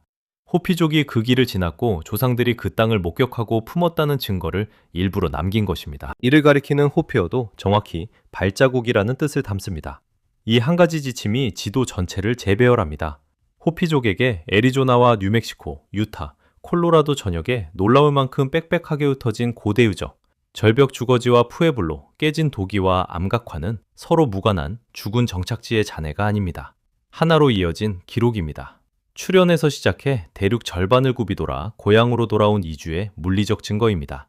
과학자가 서로 다른 고고학 문화의 흥망을 보는 곳에서 호피족은 하나의 긴 걸음에 속한 장들을 봅니다. 두 관점은 바로 같은 돌벽을 바라볼 수 있습니다. 모순이 아닙니다. 두 민족이 같은 책을 서로 다른 언어로 읽는 것입니다. 이 재해석은 우리 이야기에서 매우 중요합니다. 협곡이 왜 그토록 중심적인지 설명해 주기 때문입니다. 두 강이 만나는 아래쪽 노란 바위돔 시파푸니에서 출현이 일어났다면 협곡은 호피족이 전설 하나를 붙인 장소에 그치지 않습니다. 모든 것의 시작입니다. 문이며 첫 번째 장이자 모든 발자국이 바깥으로 퍼져나간 세계 전체의 배꼽입니다. 그들이 지키는 것도 외부인에게 평온히 두라고 요청하는 것도 당연합니다. 민족 전체가 존재하게 된 장소를 길가의 구경거리로 다루지 않습니다. 자신에게 가장 신성한 땅을 대하듯 해야 합니다. 실제로 바로 그런 곳이기 때문입니다. 우리가 이 채널에서 이 질문을 던지는 이유는 오늘 밤 제목의 한 단어, 여전히에 있습니다. 호피족이 말하는 그 협곡 아래에 여전히 묻혀있는 것입니다. 이 단어는 실제로 중요한 역할을 합니다. 호피 전승은 지하세계와 개미 사람들을 한때 일어났다가 끝난 과거의 일로만 말하지 않습니다. 그 관계는 전승 속에서 완전히 닫힌 적이 없습니다. 호피족에게는 세계의 형태와 변화의 징조를 다룬 예언과 가르침이 있으며 많은 호피인이 이를 매우 신성하게 여겨 공유하는 데 조심스럽습니다. 그 예언에는 네 번째 세계 역시 영원하지 않다는 생각이 엮여 있습니다. 앞선 세 세계처럼 거대한 전환과 정화, 끝과 새로운 시작을 향해 움직이며 다섯 번째 세계로 출현하게 된다는 것입니다. 일부 전승에서 개미 사람들은 두 차례 전 재앙의 기억에 불과하지 않습니다. 여전히 아래에 존재하는 감시자이며 세계가 다시 위험에 빠지면 돌아와 과거처럼 신실한 사람들을 보호할 운명을 지녔습니다. 정복자가 아니라 늘 그랬듯 필요할 때 깊은 곳에서 올라오는 두력자입니다. 오늘 밤 내내 그러려고 했던 것처럼 이 대목도 조심스럽고 존중하는 태도로 다루고 싶습니다. 살아있는 민족에게 속한 신성한 예언입니다. 제가 해석하거나 예측으로 만들거나 사람들을 겁주는 데 쓸 것이 아닙니다. 우리 질문과 직접 관련되기에 그것이 존재하며 대략 무엇을 말하는지만 전합니다. 호피족이 무엇이 아직 아래에 있다고 말하느냐고 물으면 정직한 답은 그들의 전승에서 그 문이 벽돌로 완전히 막힌 적이 없다는 것입니다.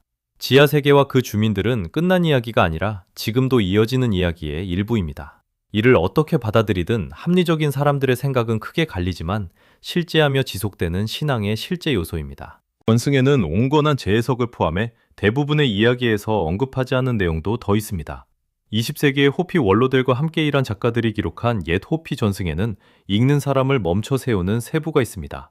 사람들이 하늘을 날았던 이전 세계의 파괴를 말합니다. 파투보타라는 비행방패가 공중으로 솟았으며 타락과 전쟁이 그 세계를 무너뜨려 하늘의 신이 오만한 도시들과 비행방패까지 바다 밑바닥으로 쓸어버렸다고 합니다. 일부 현대 독자는 이를 붙잡고 호피족이 고대 항공기나 별에서 온 방문자를 기억한 것이라고 외칩니다. 그러나 서로 같지 않은 두 가지를 여기서 분명히 나눠야 합니다. 파괴된 이전 세계의 비행방패 이미지는 구전문학에 실제로 기록된 진짜 요소입니다. 그것이 이야기를 전한 사람들에게 무엇을 뜻했는지 상징인지 환상인지 실제 사건의 기억인지는 해석의 영역입니다. 고대 우주인으로 뛰어넘는 것은 외부에서 전승 위에 씌운 현대의 주장이지 전승 자체가 내놓는 결론이 아닙니다. 실제로 존재하고 비범한 이미지이니 그대로 보여드리겠습니다. 그러나 비행기계를 입증한다고 말하지는 않겠습니다.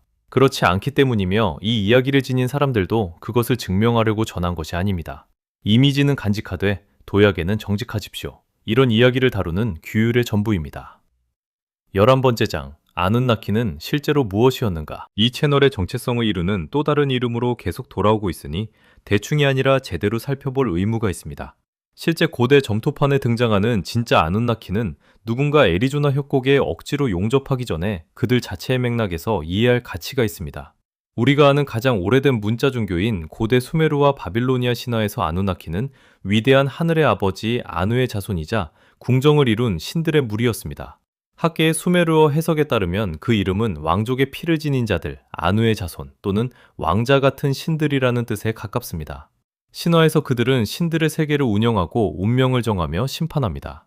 한 유명한 이야기에서는 영웅 길가메시가 훗날 전해 듣는 바로 그 대홍수가 몰아치는 동안 두려움에 떨며 앉아 있습니다. 한마디로 그들은 최초의 문자와 도시, 성문법, 오늘날 우리가 아는 형태의 바퀴, 지금도 매일 사용하는 1시간을 60분으로 나누는 체계를 남긴 실제 고도 문명의 최고 신들입니다.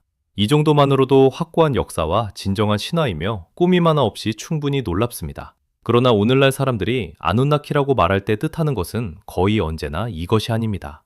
대개 1970년대부터 훨씬 기묘한 주장을 담은 대중적 저서를 연이어 출간한 현대 작가 제카리아 시친에게서 온 이미지입니다. 시친은 아누나키가 신이 아니라 피와 살을 지닌 외계인이며 자신이 니비루라 부른 숨겨진 행성에서 온 방문자라고 주장했습니다. 그 행성은 길고 기이한 궤도를 돌아 수천 년마다 지구 가까이 돌아온다고 했습니다. 그들이 금을 채굴하러 지구에 왔다가 노동에 지쳐 광산에서 일할 노예 종족을 만들려고 초기 인류를 유전공학으로 조작해 우리 조상을 결합했다고 주장했습니다. 그의 이야기에서 고대 근동의 역사 전체와 세계 신화 절반은 외계 유전공학자들이 인간 가축을 관리한 일을 뒤죽박죽 기록한 것입니다. 규모가 크고 영화적이며 이상하리만큼 매혹적인 이야기로 오늘날 온라인에서 아누나키라는 이름 아래 떠도는 주장 대부분의 직접적인 뿌리입니다. 여기서도 오늘 밤 내내 해온 것처럼 두 감정을 동시에 품어야 합니다. 현대 신화 창작물로서 시친의 비전은 진심으로 매혹적입니다. 그러나 수메르어를 실제로 읽고 평생 점토판을 연구한 학자들은 그의 번역과 결론을 받아들이지 않으며 그 이유도 분명히 밝힙니다. 시친이 핵심 단어들을 오역했고 실제 문헌의 니비루는 외계인의 숨은 고향인성이 아니라 알려진 천체와 관련되며 유전공학 이야기는 신화에서 읽어낸 것이 아니라 신화에 더 쉬운 것이라고 단언합니다. 그는 거듭 단어나 이미지를 언어가 전혀 뒷받침하지 않는 뜻까지 늘렸다고 지적합니다. 시친은 재능이 있고 진지한 작가였지만 해당 언어를 전문적으로 배우지 않았고 전문가들은 그의 작업을 학문의 옷을 입힌 상상소설로 봅니다. 제가 비웃는 것이 아니라 문헌을 다루는 학계에 확립된 견해입니다. 이것이 왜 중요할까요? 오늘 밤의 정서적 긴장, 아누나키와 아누나키의 운율이 털을 곤두서게 만드는 이유 일부가 시친의 판본, 곧 인류를 빚은 외계공학자와 하늘에서 온 방문자의 기대기 때문입니다. 그 소름을 정직하게 간직하려면 그 아래 깔린 고대 우주인층이 고대의 사실이 아니라 현대의 발명임을 알아야 합니다. 진짜 수메르 아누나키는 아름답고 복잡한 신화의 최고신들입니다. 개미 사람들은 아름답고 복잡한 신화 속 자비로운 지하 조력자들입니다. 두 전승 모두 실제합니다. 둘 다 깊이 존중할 가치가 있습니다. 그러나 두 전승을 하나로 묶는다고 하는 니비루의 부활한 외계 종족은 고대 세계가 아니라 1970년대에 생긴 이야기입니다. 여전히 그 운율이 기묘하게 느껴질 수 있습니다. 저도 그렇습니다. 다만 어느 부분이 고대의 것이고 어느 부분이 우리의 것인지 정확히 알아야 합니다. 아래에 살다가 올라와 돕거나 지배하는 존재를 향한 끌림 자체도 수메르나 호피에만 있는 것은 아닙니다. 거의 어디에나 있습니다. 세계 곳곳에서 인간은 땅속의 강력한 존재를 이야기했습니다. 푸에블로 민족의 여러 전승에는 개미 사람뿐 아니라 지하의 뱀 사람도 나옵니다. 유럽 문화는 금속을 다루고 깊은 곳에 보물을 지키는 난쟁이와 노움, 숨은 민족으로 지하를 채웠습니다. 지하 왕국과 산 아래 빈 공간에서 고대의 무언가가 기다린다는 이야기는 거의 모든 대륙에 나타납니다. 신봉자는 이 세계적 분포를 보며 모두가 지어냈을 리 없고 아래에 실제 기억이 있을 것이라고 말합니다. 회의론자는 같은 분포를 보고 어디에나 있는 것이 당연하다고 답합니다. 지하는 숨겨진 것과 조상, 죽음과 근원, 사람을 묻고 기원을 상상하는 장소를 나타내는 보편적 인간 상징입니다. 무덤을 파거나 동굴에 몸을 피한 모든 문화는 아래의 어둠에 의미를 채워 넣었을 것입니다. 두 해석은 같은 세계적 패턴을 바라보며 어느 쪽이 옳은지 저는 정말 말할 수 없습니다. 다만 호피의 이야기가 외롭게 고립된 기이한 사례가 아니라는 점은 말할 수 있습니다. 인간 상상력의 가장 오래되고 보편적인 습관 가운데 하나에 속합니다. 여러분의 성향에 따라 훨씬 쉽게 설명되기도 훨씬 버리기 어려워지기도 합니다. 12번째 장, 거대한 미지 속으로. 저는 한 가지 생각으로 계속 돌아옵니다. 이 사기극이 저를 그토록 불편하게 하는 핵심이므로 분명히 말하겠습니다. 그 협곡의 진짜 역사는 가짜보다 더 훌륭한 이야기입니다. 더 위험하고 인간적이며 놀랍습니다. 누구도 지어낼 필요가 없었습니다. 그 골짜기를 통과하고도 살아남을 수 있음을 처음 입증한 사람을 보십시오. 앞서 인종차별적인 마운드 건설자 신화를 무너뜨리는 데 기여한 과학자로 언급한 존 웨슬리 파월입니다. 그 모든 것에 앞서 그는 더 단순한 존재였습니다. 그랜드 캐니언을 급류로 통과해 반대편으로 나온 최초의 사람이었습니다. 가짜 이집트 미라가 아니라 그가 어떻게 해냈는지가 화면에 나와야 합니다. 파월은 한 팔을 잃은 남북전쟁 참전용사였습니다. 1862년 실로 전투에서 남군의 머스킷탄에 오른팔 대부분을 잃었고 상처는 평생 그를 괴롭혔습니다. 1869년 봄 35살이던 그는 의회가 그 땅은 쓸모없고 강을 내려가는 일은 자살이라고 여겨 이렇다 할 정부 지원도 받지 못했습니다. 다른 9명과 잔잔한 항구용 목선 4척, 약 10달치 식량을 모아 와이오밍주 그린리버역에서 지도 위 빈 공간으로 출발했습니다. 아래에 무엇이 있는지 아무도 몰랐습니다. 지도 제작자도, 정착민도, 세부적으로는 지역 원주민들조차 알지 못했습니다. 가장 정확한 의미에서 미지였습니다. 강은 그들을 죽이려고 온 힘을 다했습니다. 출발한 지 겨우 2주 만에 노네이모가 신호를 놓치고 그들이 제난폭포라 이름 붙인 곳의 바위에 부딪혀 산산조각 났습니다. 식량 약 3분의 1이 사라졌고 더 나쁘게는 파월이 고도를 재고 지도를 만들 때 쓸 유일한 기구인 기압계 대부분을 잃었습니다. 더위는 사람을 익혔고 비는 베이컨을 썩히고 밀가루를 시게 했습니다. 한 명은 일찍 포기해 보호구역에서 내려 단단한 땅에 운명을 맡겼습니다. 나머지는 더 깊고 어두운 암벽 속으로 나아갔습니다. 인간이 이름 붙인 적 없는 급류를 물이 새고 뒤집혀 차오르는 배로 통과했습니다. 달이 갈수록 배는 비었고 탈 수 없을 만큼 거센 폭포는 배를 끌고 우회했습니다. 외팔이던 파월 자신도 절벽에서 거의 죽을 뻔했으며 대원 한 명이 바지를 벗어 밧줄처럼 내려준 덕분에 살아났습니다. 8월 13일 그들은 리틀 콜로라도 강이 본류로 흘러드는 곳에 도착했고 파월은 그곳을 그랜드 캐니언의 발치라고 불렀습니다. 바로 그 합류점입니다. 호피족이 조상들이 이 세계로 출현했다고 말하고 골짜기 안에 시파푸니가 놓인 같은 구간입니다. 그 두 물줄기가 만나는 정확한 지점에서 파월은 미국 탐험사에서 가장 유명한 문장 가운데 하나를 썼습니다. 이제 거대한 미지로 내려갈 준비가 됐다고 기록했습니다. 그는 호피족이 그 땅에 놓인 것에 이미 이름을 붙였다는 사실을 몰랐습니다. 그는 자신이 어둠 속으로 노를 젓는다는 것만 알았습니다. 최악은 아직 앞에 있었습니다. 협곡 하류 깊숙한 곳에서 세 사람이 감히 마주하지 못할 만큼 끔찍한 급류가 나타났습니다. 8월 28일 99일 동안 약 1600km의 고난을 겪은 뒤 하울랜드 형제와 윌리엄 던은 급류를 한 번 더 타느니 밖으로 기어올라 사막을 걸어가는 편이 낫다고 결정했습니다. 파월은 남아달라고 애원했지만 그들은 거절했습니다. 총과 얼마 안 되는 식량을 나눠주겠다고 하자 총을 받았고 일행은 영원한 이별급류라 이름 붙인 곳에서 둘로 갈라졌습니다. 배에 남은 사람들은 모두가 두려워한 물길을 통과해 살아남았고 이틀 뒤 수척하고 반쯤 벗은 채 간신히 안전한 곳에 도착했습니다.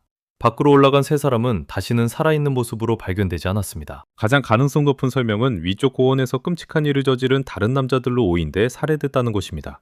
오늘날까지 확실히 아는 사람은 없습니다. 그들의 운명은 실제 협곡 위에 걸린 진짜 미제 사건이며 지어낸 전사묘실보다 훨씬 무겁고 진실합니다. 실제로 그곳에서 벌어진 이야기는 물이 새는 목선에 탄 외팔의 남자와 굶주린 동료 몇 명이 아무도 지도에 그리지 않은 골짜기로 노를 저어 들어가고 일부는 목숨을 잃었다는 것입니다. 이 밤 전체를 묶는 잔인한 작은 역설이 있습니다.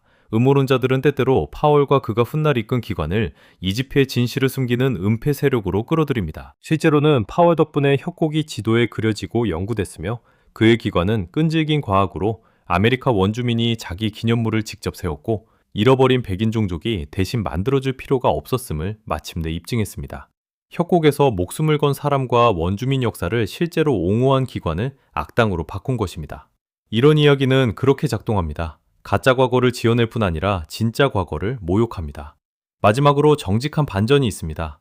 결말을 너무 깔끔하게 묶지 못하게 하고 모든 반박 뒤에 미스터리가 다시 조금 숨쉴 공간을 주는 사실입니다.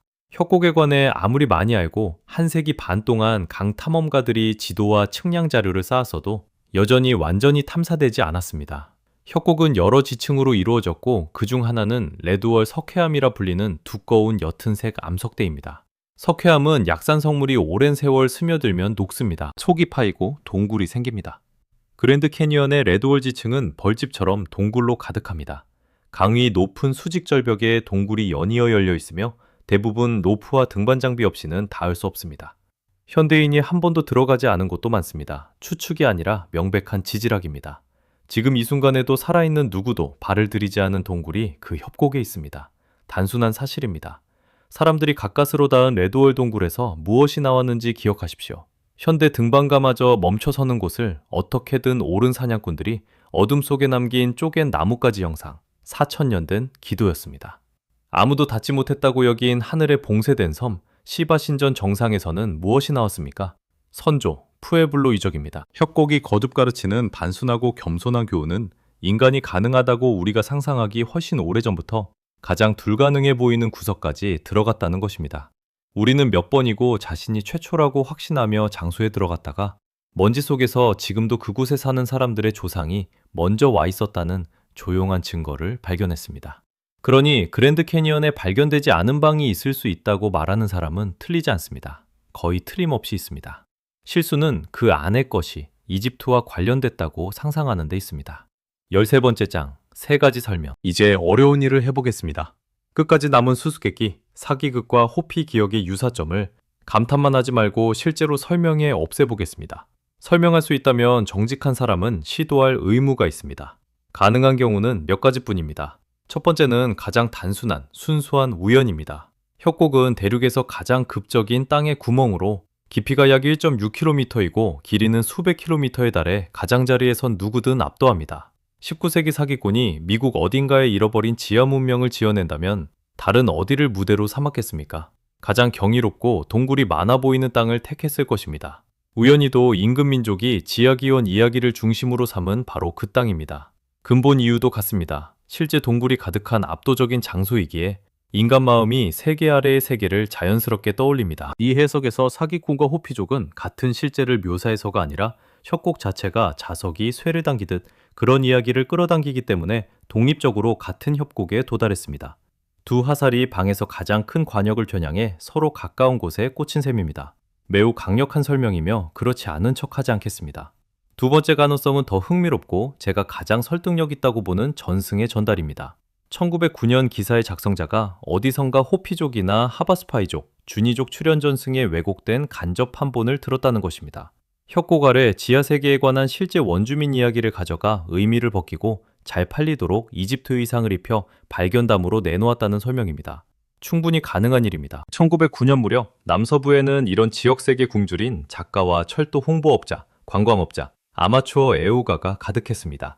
원주민 출연 이야기도 글로 기록되고 논의됐습니다. 소재를 찾는 영리한 이야기꾼은 현지 부족이 바로 이 협곡의 아래 세계에서 올라왔다고 말한다는 사실을 멀리서 찾을 필요가 없었습니다. 그런 이야기는 특종을 쫓는 사람의 손에서 고대 외국인의 잃어버린 동굴로 거의 저절로 바뀝니다. 이 해석에서 유사점은 우연이 아니라 절도입니다.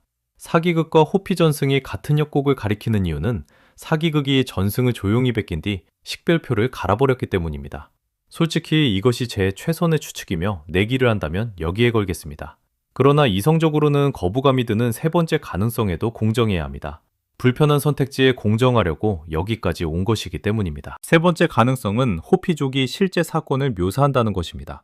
이집트인이나 외계인이 아니라 먼 과거 어느 재앙 때에 그 협곡의 동굴과 지하에서 피난한 진짜 인간의 고대 기억을 기록하지 않고도 결코 놓지 않은 민족이 놀라운 충실도로 전해왔다는 설명입니다. 인간이 12,000년 전 그 협곡에 있었다는 사실과 불가능해 보이는 동굴까지 올랐다는 사실을 압니다. 마지막 빙하기가 끝난 시기에 실제 홍수와 격변이 있었고 이를 겪은 사람들에게는 진짜 세계가 끝났다는 것도 압니다. 그 협곡의 지하 피난 전승이 실제 위기 속 실제 조상에게 일어난 사건의 메아리를 핵심에 간직하고 당시 그들이 지닌 언어가 개미 사람과 출연이었기에 그렇게 기억했다는 생각이 정말 불가능할까요? 입증할 수도 제대로 논증할 수도 없습니다. 그러나 불가능하다고 여러분 앞에서 맹세할 수도 없습니다. 확신에 난 작고 정직한 그 틈은 아무리 밀어도 닫히지 않았습니다. 저는 계속 같은 결론에 닿습니다. 목록의 모든 설명은 놀라운 무언가를 받아들이라고 요구합니다. 우연은 관계없는 두 출처가 같은 협곡을 겨냥해 같은 불가능한 생각에 맞았음을 받아들이라고 합니다. 전달은 특종을 노린 거짓말쟁이가 자신도 모르게 신성한 원주민 전승의 파편을 보존해 전했으며 가짜 이야기 속에 진짜 이야기의 우연한 화석이 묻혀 있음을 받아들이라고 합니다. 세 번째 선택지는 구전 기억이 상상만 해도 정신이 아득해질 시간 동안 실제 사건의 형태를 운반할 수 있음을 받아들이라고 합니다. 지루한 답은 없습니다. 빠져나가는 모든 길은 기묘한 곳으로 이어집니다. 어느 기묘함과 함께 사는 것이 가장 편한지만 고를 수 있습니다. 14번째 장, 협곡 바닥의 마을. 한 가지 사실만으로도 사기극 전체가 자기 무게에 눌려 무너져야 합니다. 한 세기 동안 보물 사냥꾼들이 존재하지도 않았던 죽은 외국 도시를 그 협곡에서 쫓는 동안 협곡 바닥에는 줄곧 살아있는 마을이 있었습니다. 지금 이 영상을 보는 순간에도 그랜드 캐니언 옆 골짜기에는 학교와 교회, 카페와 우체국이 있는 실제 집에서 실제 사람들이 삽니다. 마을 이름은 수파이이며 청록색 물의 사람들이라는 뜻의 하바수파이족 고향입니다. 그들은 약 800년에서 1000년 동안 협곡에 살며 물속 석회화 때문에 호피의 시파푸니처럼 비현실적인 청록색으로 흐르는 개울가에서 옥수수와 호박, 콩을 재배했습니다. 수파이는 미국 본토 48개 주에서 단연 가장 외딴 공동체입니다. 들어가는 도로가 하나도 없습니다. 가려면 산길을 약 13km 걷거나 말을 타고 내려가야 하며 아니면 헬리콥터를 이용해야 합니다. 현대 세계에서 얼마나 멀리 떨어졌는지 보여주는 세부가 있습니다. 수파이는 미국 전체에서 우편물을 아직도 노새가 배달하는 유일한 곳입니다. 1930년대부터 그래왔듯 캔버스 우편 자루를 실은 노새 행렬이 날마다 편지와 식료품을 협곡 아래로 운반합니다. 밖으로 나오는 모든 소포에는 노새 행렬 우편이라는 특별 소인이 찍힙니다. 그 역설의 크기를 잠시 생각해 보십시오. 해마다 약 500만 명이 그랜드 캐니언을 찾아 가장자리에 서서 사진을 찍고 차로 떠납니다. 그러나 대다수는 협곡 주름 안쪽에 원주민 마을이 살아있다는 사실을 배우지 못합니다. 필그림이 도착하기 전부터 있던 공동체입니다. 그랜드 캐니언의 진짜 숨은 문명은 이집트가 아니었고 누구도 파내야 할 비밀이 아니었습니다. 지금도 아래에서 노새로 우편을 받지만 거의 아무도 보지 않습니다. 정부가 그랜드 캐니언에서 실제로 묻으려 한 이야기를 원한다면 여기 있습니다. 동굴과는 관계없고 하바수파이족에게 벌어진 일입니다. 추적할 수 있는 가장 오래된 시기부터 하바수파이족은 청록색 개울 옆 협곡 바닥에서만 살지 않았습니다. 계절에 맞춰 두 가지 삶을 살았습니다. 따뜻한 달에는 협곡 바닥에서 농사짓고 추운 달에는 가장자리 위 고원으로 올라가 오늘날 남쪽 가장자리 근처의 소나무 숲과 초원에서 사슴을 사냥하고 채집하며 아래 땅을 쉬게 했습니다. 그들의 진짜 고향은 거대했습니다. 수세기 동안 이용하고 알고 돌본 협곡과 고원 약 6070제곱킬로미터였습니다. 그러다 1882년 미국 정부가 그들 둘레에 선을 그었습니다. 체스터 아서 대통령은 행정명령에 서명해 하바수파이족 전체를 협곡 바닥의 좁은 땅 한 조각에 가뒀습니다. 약 2.1제곱킬로미터가 전부였습니다. 고향이 약 6070제곱킬로미터에 달했던 민족은 자신들이 서명하지도 않은 펜 한 번의 움직임으로 구덩이 바닥의 농장 하나보다 조금 넓은 땅만 갖게 됐다는 통보를 받았습니다. 그들 지문에 따르면 명령이 내려진 사실조차 몇 년 동안 알지 못했습니다. 여러 세대 겨울을 보낸 고원은 공유지가 됐고 1919년 그랜드 캐니언이 국립공원이 되자 경계가 남은 작은 땅을 에워쌌습니다. 공원 관리들은 그들이 떠나기를 바랐습니다. 그 뒤 수십 년 동안 가족들은 땅에서 쫓겨났고 돌아올 것이 없도록 집과 농작물을 불태운 경우도 있었습니다. 조용히 가장 가슴 아픈 사례는 브라이트 앤 제일 트레의 중간쯤 하바스파이족이 하하교라고 부르는 푸른 농경 오아시스에 있습니다. 협곡벽을 노새처럼 잘 올랐기에 공원 직원들이 빌리버로라는 별명을 붙인 남자는 여러 세대 동안 가족과 그곳에서 농사지었습니다. 1928년 국립공원관리청은 마지막 주민들을 강제로 내쫓고 오아시스를 빼앗은 뒤 거의 한 세기나 이어질 무심한 잔혹함으로 인디언 가든이라 이름 붙였습니다. 2022년이 돼서야 그 이름은 마침내 하바스파이 가든스로 바로잡혔습니다. 해마다 약 10만 명의 등산객이 협곡으로 내려가며 그곳을 지나지만 그것이 누구의 정원이었는지 듣는 사람은 거의 없습니다. 그곳에서 실제로 벌어진 일은 음모론과 정반대입니다. 동굴에 묻힌 비밀은 없었습니다. 지워지고 있던 것이 있다면 대낮에 놓여 있었습니다. 나라의 나머지 사람들이 풍경을 즐기도록 한 민족이 자기 협곡 가장자리에서 조용히 밀려나고 있었습니다. 그랜드 캐니언의 진짜 실종은 고고학적 사건이 아니라 인간과 법률에 관한 최근의 일이었습니다.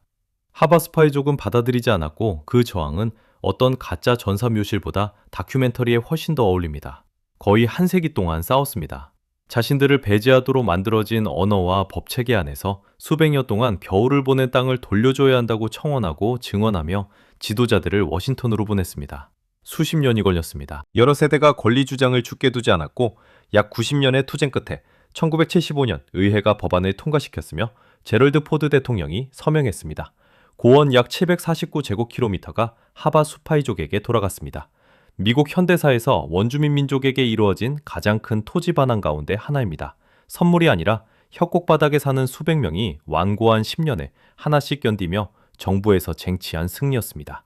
그들이 농사짓는 개울도 이해할 가치가 있습니다. 상류의 호피, 성스러운 돔을 빚은 것과 같은 조용한 화학작용으로 흐르기 때문입니다. 하바수 크리크는 거의 비현실적인 청록색으로 흐릅니다. 물감을 칠한 듯 하지만 염료도 빛의 속임수도 아니고 석회화 때문입니다. 물에는 녹아든 석회암 성분이 가득하며 협곡을 따라 쏟아져 내려오면서 광물을 다시 쌓아 매끄러운 돌계단을 만들고 개울을 선명한 우윳빛 청록색으로 바꿉니다. 더 아래에서는 여러 폭포로 떨어집니다. 가장 유명한 하바스 폭포는 약 30m 길이의 푸른 물줄기가 대부분 미국인이 직접 보지 못할 옆 골짜기 깊숙한 보석빛 웅덩이로 떨어지는 곳입니다. 대륙에서 가장 아름다운 장소 가운데 하나라는데 널리 의견이 모이며 오늘날에도 콜럼버스가 항해를 떠나기 전부터 그곳에서 농사짓던 사람들의 후손에게 속합니다. 그러니 정부가 그랜드 캐니언의 진짜 역사를 은폐했다고 음모론이 말할 때 그 거짓말 속에는 씁쓸한 작은 진실이 접해 있습니다. 무언가를 빼앗겼고 누군가는 밀려났습니다. 그러나 파라오의 금고나 기록의 전당이 아니라 살아있는 민족이었습니다. 증거는 스미스소니언 지하실에 봉인된 것이 아니라 연방관보와 오래된 법원 기록, 어렵게 고원을 되찾아 지금도 청록색 물가에서 농사짓는 하바스파이족의 기억에 있습니다. 협곡의 진짜 이야기가 사람들에게 감춰진 것도 아닙니다. 오히려 정반대입니다. 해마다 관광객 100만 명이 지나는 남쪽 가장자리에는 데저트뷰 감시탑이 서 있습니다. 건축가 메리 콜터가 설계해 1932년 완공했으며 실제 협곡 사람들이 세운 고대 선조 푸에블로 탑 양식을 의도적으로 따랐습니다. 그 1층 벽에는 호피와가 프레드 카보티의 연작이 그려져 있습니다. 그는 무엇을 그렸을까요? 그랜드 캐니언 가장자리, 지나가는 모든 사람이 볼 수 있는 곳에 호피의 뱀 전설을 그렸습니다. 파월보다 여러 세대 앞서 콜로라도 강을 따라 협곡과 뱀 사람들의 세계로 들어갔다가 그들의 신성한 지식을 가지고 고향으로 돌아온 최초의 호피인 이야기입니다. 호피족 자신의 협곡 이야기가 그림으로 공개돼 누구나 걸어 들어가 볼 수 있습니다. 그 협곡의 진짜 역사는 철문 뒤에 숨지도 정부의 은폐 아래 묻히지도 않았습니다. 가장자리 탑의 벽에 있고 바닥마을로 노새가 나르는 우편 속에 있으며 한 번도 이야기를 멈추지 않은 살아있는 11민족의 기억에 있습니다. 숨겨진 진실을 찾으러 온 사람들은 줄곧 대낮에 서 있던 진실을 그대로 지나쳤습니다. 15번째 장, 여전히. 이제 처음으로 1909년 그 봄 아침으로 돌아가 이 모든 이야기가 향해온 질문에 마침내 답하겠습니다. 처음 던진 질문은 대부분 사람이 묻는 것이 아니었습니다. 사람들은 동굴이 진짜였느냐고 묻습니다. 우리는 충분히 답했습니다. 아니며 거의 확실히 존재하지 않았습니다. 어떤 기록에도 흔적을 남기지 않은 가짜 탐험가, 한 세기 동안 그런 인물을 들은 적 없다고 말해온 실제 기관에 붙인 가짜 교수, 어디에서도 메아리 치지 않은 신문 하나, 미국이 낳은 최고의 거짓말쟁이가 사반세기 전에 만든 틀이 있습니다. 동굴은 사기극입니다. 영상 첫 2분 안에 말씀드렸고 그 뒤에 모든 내용은 그 결론을 더 단단히 못 박았습니다. 그러나 진짜 수수께끼는 애초에 그것이 아니었습니다. 진짜 수수께끼는 다른 데 있었습니다. 그 협곡 아래 세계를 말한 첫 목소리가 사기극이 아니라 마지막 목소리였다는 사실입니다. 그 신문보다 수세기 전, 애리조나가 주가 되기 전, 지금의 쿠키가 존재하기 전부터 호피족은 바로 그 골짜기의 지하 피난처와 이전 세계의 종말 속에서 조상들을 보호한 작고 지혜로운 존재들, 두 강이 만나는 아래쪽에서 사람들이 빛으로 올라온 실제 노란 바위돔을 이야기했습니다. 그 존재들을 아누시놈이라고 불렀습니다. 우연이든 더 오래된 무엇이든 고대 수메르의 하늘 존재들과 울림을 이루는 이름입니다. 그들은 누구도 헤아릴 수 없을 만큼 오래 그 장소를 지키고 이야기를 전했습니다. 이제 제 마음속에 놓인 그대로 억지로 더 깔끔하게 만들지 않고 최종 형태를 말씀드리겠습니다. 거짓으로 가득한 펜을 든 특종 사기꾼과 헤아릴 수 없는 시간의 깊이를 목소리와 의식으로 건너온 구전전승이라는 완전히 다른 두 출처가 같은 협곡을 가리키며 똑같이 불가능한 말을 했습니다. 이 세계 아래에 또 다른 세계가 있고 누군가가 이미 그곳에 살고 있었다는 것입니다. 사기꾼은 설명할 수 있습니다. 그의 수법과 동기, 텔과 이야기가 닮은 인물을 보여드릴 수 있고 오늘 밤 그대로 했습니다. 그러나 먼저 있었던 기억, 사기극이 단지 메아리 쳤을지도 모르는 더 오래된 목소리는 완전히 설명하지 못합니다. 이제는 할 수 있는 척하지도 않습니다. 제 생각을 강하게 묻는다면 솔직히 답하겠습니다. 여러분에게도 정직해달라고 부탁했기 때문입니다. 1900년대 초 어느 작가가 그 협곡의 지하 세계에 관한 실제 원주민 전승을 듣고 신문을 팔려고 이집트 옷을 입혔을 가능성이 가장 높다고 봅니다. 가짜 이야기는 진짜 전승을 왜곡해 찍은 사진이며 유사점은 기적이 아니라 절도였다는 설명입니다. 증거의 무게는 그쪽을 향하고 저는 증거를 따르려고 합니다. 하지만 그 추측으로 문이 완전히 닫힌다고 말하면 거짓말입니다. 그 아래에는 더 조용하고 오래된 가능성이 남아있기 때문입니다. 호피족이 자신들에게 있던 유일한 언어로 줄곧 진실을 말해왔고 그 기억이 우리가 짐작한 것보다 실제로 훨씬 오래됐을 가능성입니다. 증거가 어느 쪽으로 기우는지 압니다. 동시에 협곡이 아직 우리에게 보여주지 않은 것이 무엇인지도 압니다. 두 사실이 완전히 맞물리지 않으며 어쩌면 원래 맞물리지 않는 것인지도 모른다는 사실을 받아들였습니다. 그러니 무엇을 믿으라고 말하지 않겠습니다. 처음부터 그런 약속은 없었습니다. 시작할 때 말했듯 판단을 여러분 손에 맡기겠습니다. 다만 그 전에 제목에 여전이라는 단어를 잠시 생각해 보십시오. 그랜드 캐니언 아래에는 무엇이 여전히 묻혀 있을까요?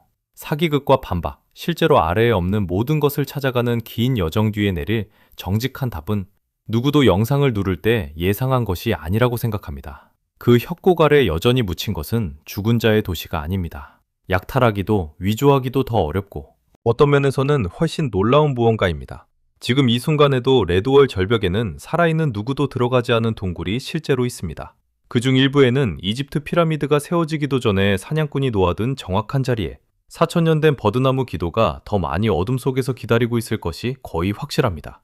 문자 그대로 검증 가능하게 여전히 아래에 묻혀 있습니다. 두 강이 만나는 곳에는 살아있는 민족이 조상들이 기어 올라온 문이라고 부르는 노란 바위돔이 실제로 있습니다. 그들이 지금도 보호하며 평온히 두어달라고 요청하는 성지입니다. 그것도 여전히 아래에 있습니다. 미국보다 오래되고 어떤 신문보다 깊으며 그 협곡에 관한 모든 사기극보다 오래 살아남았고 이 영상보다도 오래 남을 전승이 있습니다. 금고가 아니라 아직 이곳에 있는 사람들의 기억에 보존돼 있습니다. 그것이 진짜 보물입니다. 파내는 물건이 아니라 잊히기를 거부하는 무언가입니다.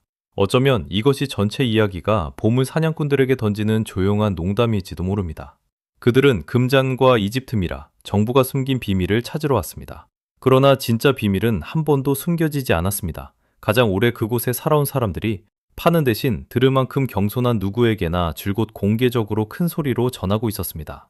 사기꾼은 묻힌 문명을 발명한다고 생각했지만 살아있는 후손이 있는 진짜 문명 위에 서 있었습니다. 그것을 남의 문명으로 꾸미느라 보지 못했습니다. 그러니 애리조나 아래에 파라오가 있다고 말할 수는 없습니다. 그러나 그랜드 캐니언이 결국 무언가를 붙들고 있다고는 말할 수 있습니다. 최초의 장소와 문, 누구도 세지 못한 기도들, 그리고 이런 채널이라면 도저히 그냥 지나칠 수 없었던 이름입니다.